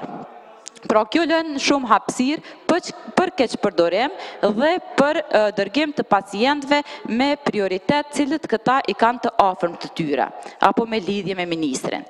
Vërejtjet të njëjta janë përsëritur qysh në fillim të programit, pra që është fillim të këtij programi dhe jo vetëm nga auditori, por edhe nga raporti i progresit të Bashkimit Evropian. Të gjitha këto japin material të bollshëm për hetim që duhet të nisë urgjent nga prokuroria. Keqpërdorimet me fondet të këtij programi janë të mëdha. Si asnjëherë nuk u trajtua seriozisht investimet në shëndetësi publike në mënyrë që shumica sëmundjeve të trajtohen në vend në institucione publike. Nuk është se neve na mungojnë kuadro mjekësore, por se interesi primar vazhdon të jetë pasurimi qeveritarve në kurriz të qytetarit të varfër e të lënë anash. Sot neve na vdesin edhe pacientët nga fruthi, si dhe nga krimet me gazin që do duhet ju ndihmonte pacientëve dhe jo t'i helmonte. Prokuroria duhet të filloj me njëherë hetimet rreth menaxhimit të këtij fondi dhe t'jep përgjegjësi për rastet cilat përfunduan me vdekje të pacientëve në mungesë të mbështetjes dhe në pritje të gjata për fondet nga Ministria për trajtim jashtë vendit. E dyta çështje, e cila lidhet shumë me çështjen e parë dhe si rezultati i kësaj çështje shumë pacientë vdesin dhe kanë nevojë për ndihmë urgjente mjekësore, është ndotja e ambientit. Pra auditimi fokusohet në masat kombëtare për mbrojtjen e mjedisit dhe nga rezultati rezultatet e matjeve që bën nga Agjencioni për mbrojtjen e mjedisit të Kosovës, si dhe matjet që bën Komuna e Prishtinës, del se kualiteti i ajrit në vend është shumë i keq dhe në të shumtën e rasteve normat e lejuara të ndotjes tejkalohen. Përveç Prishtinës, e cila ka ndërmarrë disa masa imediate me reformën në trafikun urban dhe shtimin e hapësirave të gjelbërta, në nivel qendror, edhe pse tejkalohen nivelet e lejuara, nuk është ndërmarrë asgjë për të adresuar rritjen e ndotjes. Pra vetëm konstatimi se niveli i ndotjes është i lartë nuk mjafton. Qeveria duhet jetë në gjendje të ndërmarrë masa adekuate në kohë reale për të ulur nivelin e ndotjes. Raporti auditorit thekson se legjislacioni mjedisor thuajse është konsoliduar, por mungojnë rezultate konkrete, sa i përket aplikimit të masave konkrete për mbrojtjen e mjedisit dhe se objektivat e vendosura në planin kombëtar për veprim në mjedis nuk janë të qëndrueshme, pasi që burimet për realizimin e tyre janë të kufizuara. Nuk ka qenë prioritet për qeverinë e kaluar që të mbikëqyrë ndotësit të mëdhenj, aplikimin e parimit ndotësi paguan, si dhe stimulimet për të investuar në teknologji të pastër, në energji të ripërtrishme dhe energji eficiente. Sipas raportit, nuk ka një sistem efektiv të informimit për çështjet mjedisore dhe rreth ndikimit të çështjeve mjedisore në shëndetin e qytetarëve. Mekanizmat e brendshëm për zbatim, monitorim dhe koordinim të projekteve mjedisore ende nuk janë funksionalizuar. Raporti thekson se ka munguar qasja sistematike institucionale për të adresuar çështjet mjedisore. Njëjtë konstatohet edhe në raportin e progresit të vitit 2016, i cili thekson nevojën për të zbatuar legjislacionin që është në fuqi dhe konsideron nivelin e lartë të ndotjes së ajrit si kërcënim serioz. Niveli i lartë i ndotjes shkaktohet nga disa faktorë, por në pamundësi për të prekur të gjithë do të fokusohem vetëm tek çështja e transportit.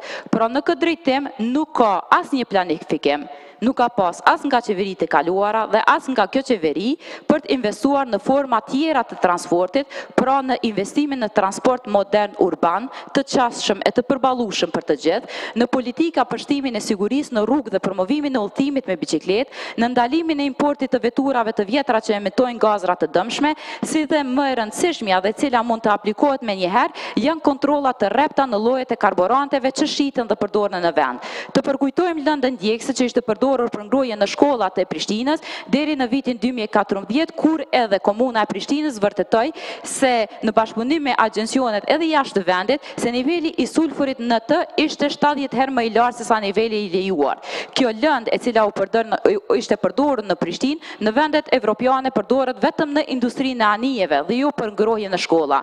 Një lëndë djegëse e tillë nuk është hiç largmend që përdoret edhe sot si karburant për veturat, po këto qeveria po i mbyll syt. Asnjë analizë nuk u bë pas asaj që konstatuam në Prishtinë në karburante që përdoren për ngrohje në komuna tjera.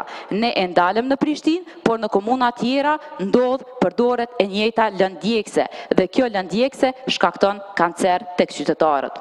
Sikurse qeveria e kaluar, e cila nuk kishte ndërmarrë asnjë masë konkrete për të ulur nivelin e ndotjes, nuk ka shpresë se do të ketë ndonjë hap pozitiv nga qeveria e ardhshme. Dhe se rekomandimet rreth marrjes së masave konkrete në raport të auditorit dhe raporte tjera nga organizatat ndërkombëtare do të vazhdojnë të mbesen pjesë në të ardhmen. Deri më sot nuk kemi parë asnjë planifikim konkret nga kjo qeveri rreth masave që do të aplikohen për të parandaluar ndotjen e ajrit. Kjo shihet edhe nga buxheti i ndarë, si edhe nga programi i qeverisë. Edhe kjo qeveri nuk ka prioritet zhvillimin të qëndrueshëm dhe afatgjat, por se është e interesuar vetëm në rezultate të shpejta në mënyrë që të lavdërohet për arritjet brenda mandatit të tyre. Faleminderit. Derit zonja Dragusha ka fjalën, Thaçi Dragusha. Faleminderit.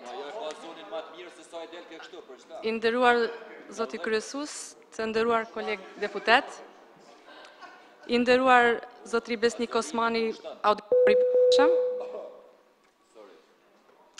Faleminderit shumë për raportin, i cili jep një pasqyrim të saktë gjendjes së institucioneve tona në periudhën e raportimit.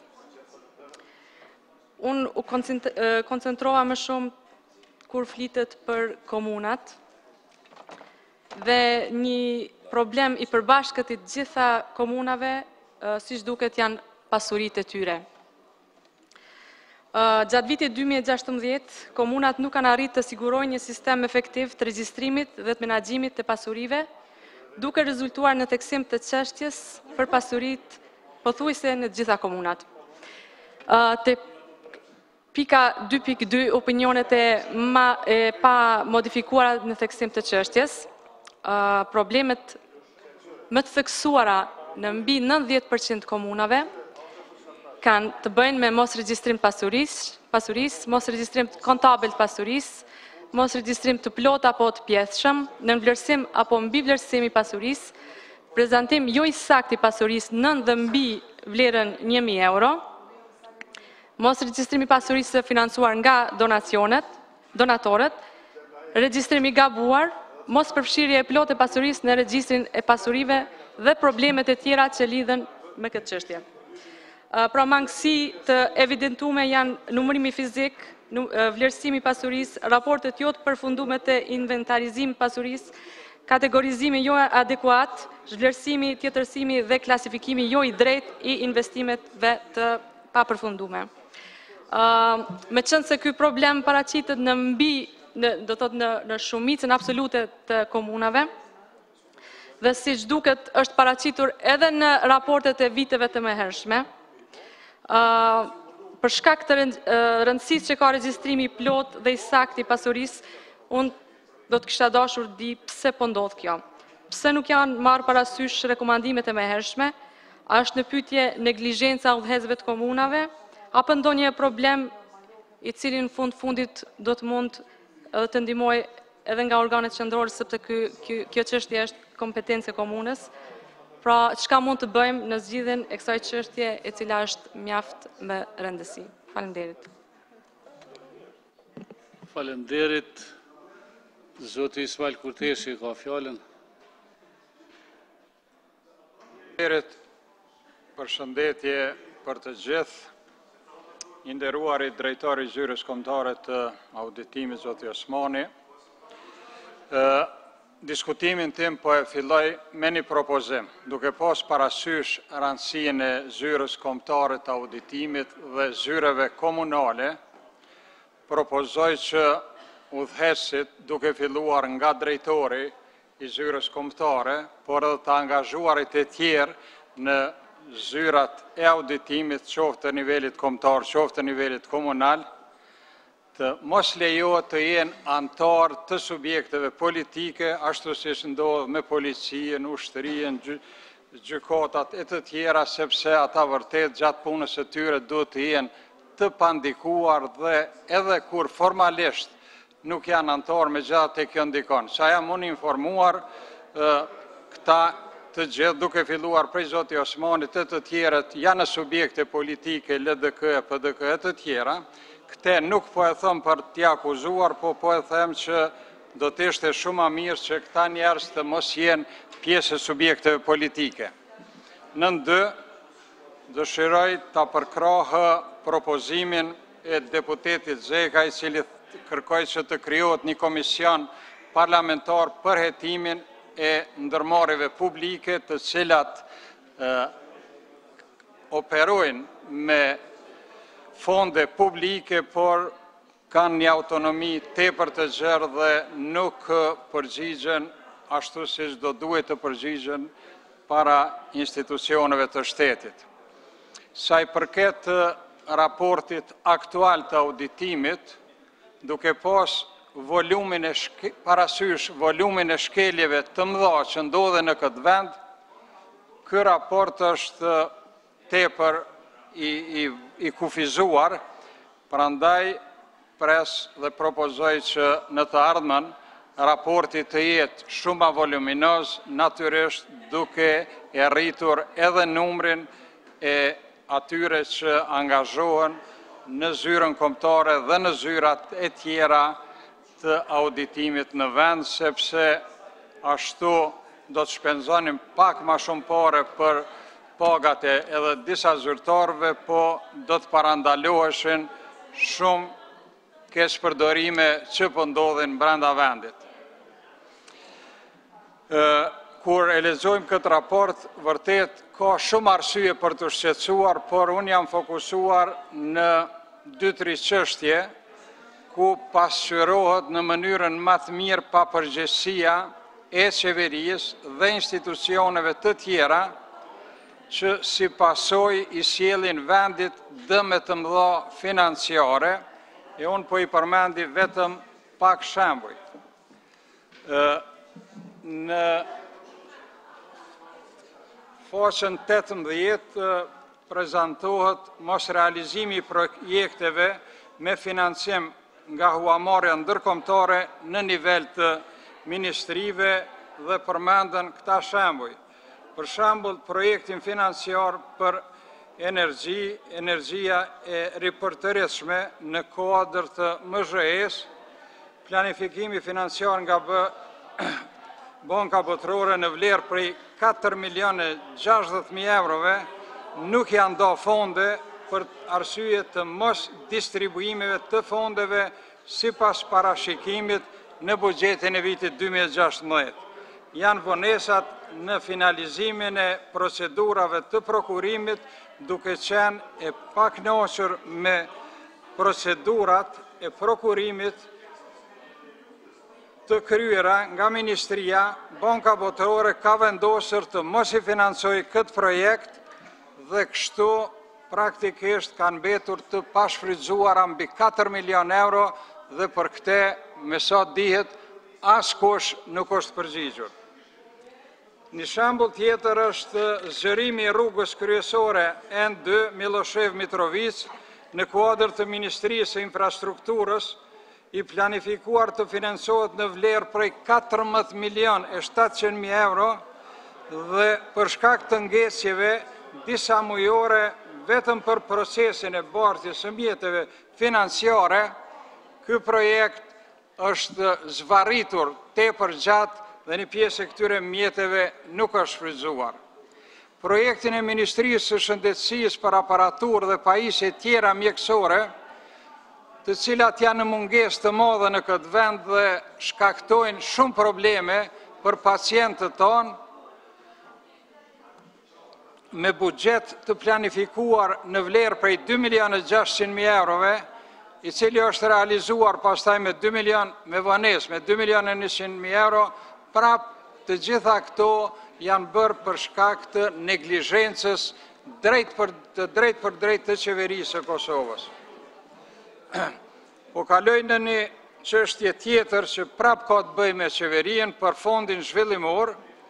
Fondi zhvillimor është themeluar, siç e dimë, në bazë të marrëveshjes së Bashkimit Evropian dhe Qeverisë së Republikës së Kosovës në vitin 2013, edhe atëherë kur është formu, është në kundërshtim me Kushtetutën e Kosovës, po përveç që është në kundërshtim me Kushtetutën e Kosovës, ky fond absolutisht nuk kontrollohet nga askush. Ky fond krijohet nga të hyrat doganore në 2 pikat kufitare në veri të Republikës së Kosovës dhe ka për qëllim promovimin e zhvillimit social-ekonomik të komunave Mitrovice, Veriut, Zveçan, Zubin Potok dhe Leposaveç. Bordi menaxhues është vënuar në shqyrtimin dhe aprovimin e projekteve dhe si rrjedhoi komunat i kanë nënshkruar disa kontrata pa aprovimin para prag të bordit. Komunat përfituese nuk kanë raportuar mbi ecurinë e projekteve të këtyre projekte, që do të thotë se edhe janë bërë pa lejen e bordit, edhe nuk dihet ku kanë shku këto të holla. Edhe në lidhje me këtë fond edhe një çështje. Mjetet për fondin janë dorë vetëm në kategorinë ekonomike të investimeve kapitale, ndërsa disa projekte kanë të bëjnë me mallra dhe shërbime, e në disa raste edhe me subvencione, që është keqpërdorim total dhe mos përgjegjësi e qeverisë së Kosovës që t'i kontrolloj, së paku t'i kontrolloj këto mjete që po ndohen në mënyrë të padrejtë. Edhe po kaloj krejt në fund të disa ndërmarrje publike, këtu janë dhënë vetëm disa shembuj të disa ndërmarrjeve që kur kemi parasysh që kemi ndërmarrje shumë të mëdha, atëherë mund ta marrim me mend se çka ndodh në to. Janë përmend hekurudhat e Kosovës, ku thuhet se nuk paraqesin një pamje të drejtë dhe të vërtetë të gjitha aspekteve materiale, janë përmend kompanit për menaxhimin e deponive, kompania rajonale e mbeturinave, të cilat po ashtu nuk paraqesin gjendjen reale e në fund ajo që mas shumti i mungon këtij projekti është se këtu nuk janë përfshi as 10% të shkeljeve që ndodhen në Kosovë dhe mendoj që ky kuvend duhet të merret seriozisht me rikonstruimin e zyrës kombëtare të auditimit dhe zyrave komunale të auditimit në mënyrë që nëse nuk funksionojnë prokurorit dhe gjyqësit s'paku, qytetarët ne ta dinë se çka po ndodh me buxhetin e Republikës së Kosovës. Faleminderit. Faleminderit. Besa Baftiu e ka fjalën. Faleminderit kryesues, të nderuar deputet, i nderuar auditori përgjithshëm. Nga shumica e kolegëve të me deputet u vlerësua puna faktikisht e auditorit të përgjithshëm si një punë që ka bërë të mirë dhe ky raport i auditimit që e kemi këtu para vete si një raport korrekt. Edhe unë pajtohem me këtë, por fatkeqësisht rekomandimet e auditorit, qeveria dhe institucionet tona nuk po i marrin parasysh dhe paraja taksapaguzëve tanë po keq përdoret në vazhdimsi, të cilën gjë në vazhdimsi lëvizjave të vendosje ka potencuar e që tha dhe nga kolegët e me deputet. Të gjeturat në Ministrinë e Shëndetësisë nga ana auditorit të përgjithshëm, sa i përket trajtimit të pacientëve jashtë vendit janë shqetësuese. E u dhanë sqarime nga deputetja Fatmire Kolçaku dhe Fitore Pacolli. Ajo që nuk e pash në këtë raport është mos auditimi i mjeteve të shpenzuara për sistemin informativ shëndetësor, kur dihet se janë dhënë miliona euro donacion nga qeveria e Luksemburgut dhe nga qeveria jonë që nga viti 2009 e deri më sot që jemi në vitin 2017 e implementimi i sistemit informativ shëndetësor është në pikën 0. Unë e kam një pyetje për auditorin e përgjithshëm, po besoj që është ende këto, duke pas parasysh se në mandatin e kaluar, ne kemi pas një interpelancë ku është thirrë kryeministri Isa Mustafa sa i përket sigurimeve shëndetësore, gjithsesi edhe sistemit informativ shëndetësor, dhe nga ajo interpelancë ne kemi miratuar si kuvend një rezolut ku pika e parë e kësaj rezolute e obligon faktikisht auditorin e përgjithshëm apo zyrën kombëtare të auditimit që të bëj auditim të përgjithshëm të fondeve të ndara për sistemin e informimit shëndetësor, prej fillimit të implementimit të projektit deri në fund të muajit dhjetor. Për këtë duhet të përgatitet raport me shkrim për Kuvendin e Republikës së Kosovës. Prandaj një gjë të tillë në detaje këtu nuk e pash dhe kërkoj nga ai që të na jepni përgjigje se çka është bërë në këtë drejtim. Ju falemnderit. Faleminderit, zonja Nagavsi ka fjalën.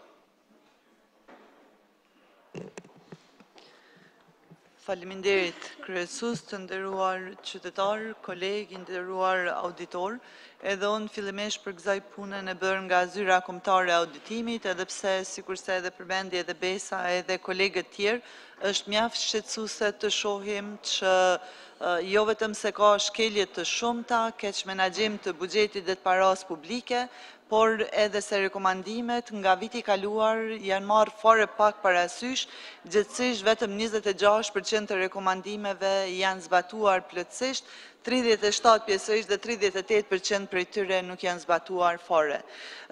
Nëse shohim se për si vjet janë dhënë 1314 rekomandime, 914 prej tyre me prioritet të lartë, atëherë pritet që t'jemi vërtet shumë këmbgulës dhe gjitha institucionet kompetente përgjegjëse për të përcjellur implementimin apo për të monitoruar shkeljet t'jenë shumë aktive në këtë drejtim. Po ashtu një gjë shumë shqetësuese për mua nga ajo që pash nga raporti është të shihet se ka një shkallë shumë të ulët të realizimit të buxhetit nga ana e donatorëve. Pra për vitin fiskal 2016 vetëm 57% e buxhetit që është përfituar nga donatorët të ndryshëm është shfrytzuar dhe këto fonde nuk janë menaxhuar mirë, gjë që përpos që paraqet lëshim dhe pamundësi për të ndikuar drejt për drejt përmirësimin e jetës së qytetarëve, e rrit edhe rrezikun e zvoglimit të granteve nga donatorët në të ardhmen. Derisa nga ana tjetër shifet se borxhi publik në fund të vitit 2016 ka arritur shumën 872 milion e 730.000 euro dhe në krahasim me vitin 2015 ka pasur rritje për 113 milion e 780.000 euro apo 15%. Pra, në bazë të këtyre gjetjeve, shihet se në njërin anë nuk janë shpenzuar donacionet dhe në anën tjetër është rritur borxhi publik, gjë që tregon asgjë tjetër përveç se ka pasur keq menaxhim apo edhe më keq, domethënë keq përdorim të buxhetit publik. Unë dua të fokusohem sot te një gjetje auditorit sa i përket rishikimit të teksteve shkollore, edhe pse tashmë është e ditur për rëndësinë e edukimit cilësor dhe po ashtu është e ditur se si vjet kurrikula e re ka filluar të implementohet në të gjitha shkollat. Është evidente se po përcillet implementimi i kurrikulës në shkolla gjithandej në Republikën e Kosovës, po përcillet me sfida të jashtëzakonshme në secilën nga këto shkollat. E një çështje shumë e rëndësishme që ndikon në vështirësinë e implementimit të suksesshëm të kurrikulës së re është edhe mungesa e teksteve shkollore, gjithsesi mangësitë e mëdha që kanë tekstet ekzistuese në përmbajtje si në aspektin teknik, ashtu edhe në atë pedagogjik dhe në vetë përmbajtje. Në vitin 2015, MASH kishte iniciuar procesin e rishikimit të teksteve shkollore me qëllim të përmirësimit të tyre dhe për këtë u angazhua edhe Këshilli i Ekspertëve për programet e tekste shkollore. Por ajo që ndodhi në fakt rezultoi të ishte një çështje krejtësisht jo profesionale, pasi që u morën kryesisht me çështjet e natyrës teknike, apo siç e kanë thënë shpesh zyrtarët e Ministrisë së Arsimit, ka ndodhur vetëm një pastrim teknik i teksteve shkollore, pra vetëm janë largu disa gabime faktike. Për më tepër nuk është arritur as që të lehtësohen çantat e nxënësve dhe përsëri edhe për këtë ishte marrë një vendim nga Ministria që edhe vitin e kaluar të botohet i gjithë tirazhi i teksteve shkollore, gjë që ka shmangur edhe kursimet apo thënë më mirë ka pasur shpenzime të jashtëzakonshme, pasi në një numër të madh të shkollave gjithandej ka stoqe të tëra të teksteve shkollore, shumë prej tyre të pashfrytzuara dhe përkundër udhëzimit administrativ që e kishte aprovuar vetë Ministria që në fund të vitit shkollor tekstet domethënë të grumbullohen dhe të përcillen në gjeneratat vijuese të nxënësve, ata kanë vazhduar të blejnë libra të ri dhe tekstet të shpërndahen për të gjithë nxënësit, duke krijuar kështu shumë shpesh një numër të madh të teksteve të cilat fare nuk shfrytëzohen apo krijojnë deponi të shumta të teksteve shkollore. Pra, akoma edhe sot, tekstet shkollore kanë shumë gabime dhe pasaktësi, çantat e nxënësve nuk janë lehtësuar as pak dhe nuk është arritur të kursehet as pak buxhetin këtë drejtim. Madje ka pasur viti kaluar, Blend përmendet se përkundër se ishin paguar mjetet në viti kaluar shkollor, ka përfunduar pa u sjellur fare tekstet e gjuhës angleze për nxënësit gjithandej në shkollat tona. Akoma edhe sot, pra MASH nuk po arrin të krijojë parakushtet themelore për një arsim cilësor dhe edhe pse ligji për tekstet shkollore kishte filluar të punohet për vitit kaluar, edhe në këtë ministri u pa që si vjet, spaku për këtë sezon nuk e kanë të paraparë në programin e tyre legjislativ këtë tekst, gjë që nuk lën asnjë shpresë për punën konkrete të ministrisë në përmirësim të cilësisë së arsimit. Faleminderit. Faleminderit, unë zoti Oti, a thua mojnë më këthy këta deputet që të shojma kemi këforum? Mos ta shtym votimin për seancën tjetër. Sa kemi?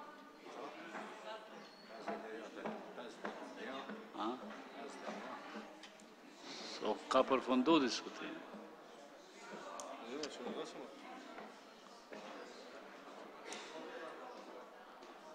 Asami për procedura, që... Zoti kryesus, unë përsëri po e marr fjalën edhe po kërkoj që të shqyrtohet kërkesa. nëse vërtet kërkoni nga përbërja e Kuvendit që të votohet për raportin, kjo nuk ka kuptim edhe është kundër standardeve ndërkombëtare.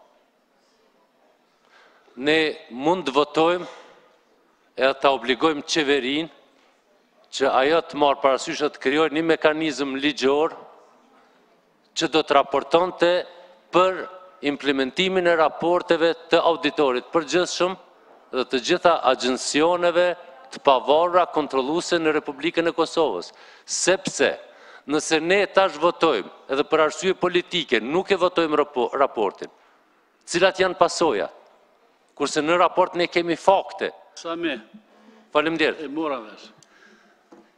Unë nuk muj me ndryshu as regulorën, as regullat që i kemi të instalume në Kuvend, është e hapun mundësia për me ndryshu, deri sot unë se kam atë drejt me njek procedurat që po kërkon ju.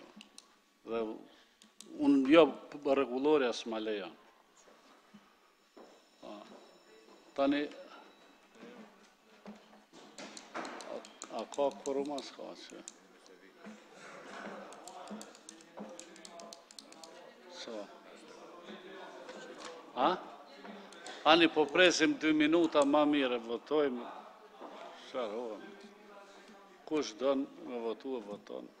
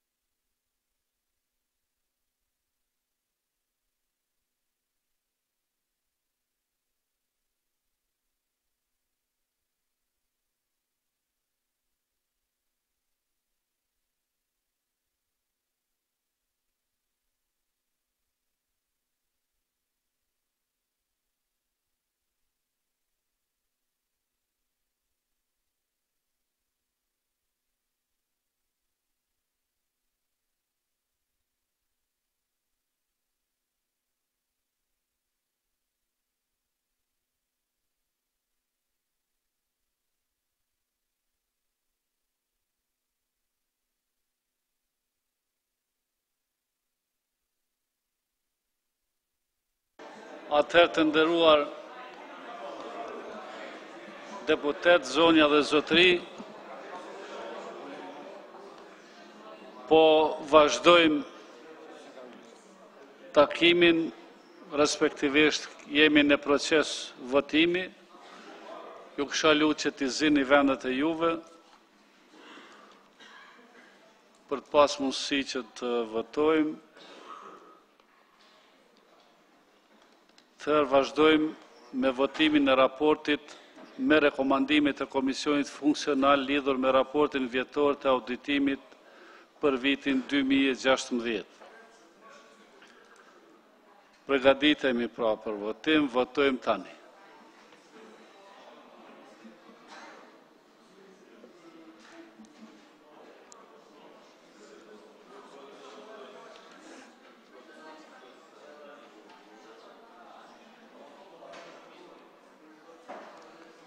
Falemderit, kanë votuar. A ka dikush pa kartel që dënë me votu? 1, 2, për a kunder? Për a? Okej. Kemi 73 me kartel që kanë votuar, 2 pa kartel, bërë 75. Për janë 70 deputet, kunder asni, kanë abstenuar 3, pa kartel janë për 2 deputet, që do në thot 72 vota janë për, 3 abstenime. Konstatoj që Kuvendi miratoi raportin vjetor të auditimit për vitin 2016, së bashku me rekomandimit e Komisionit Funksional për mbikëqyrjen e financave publike. Kemi 2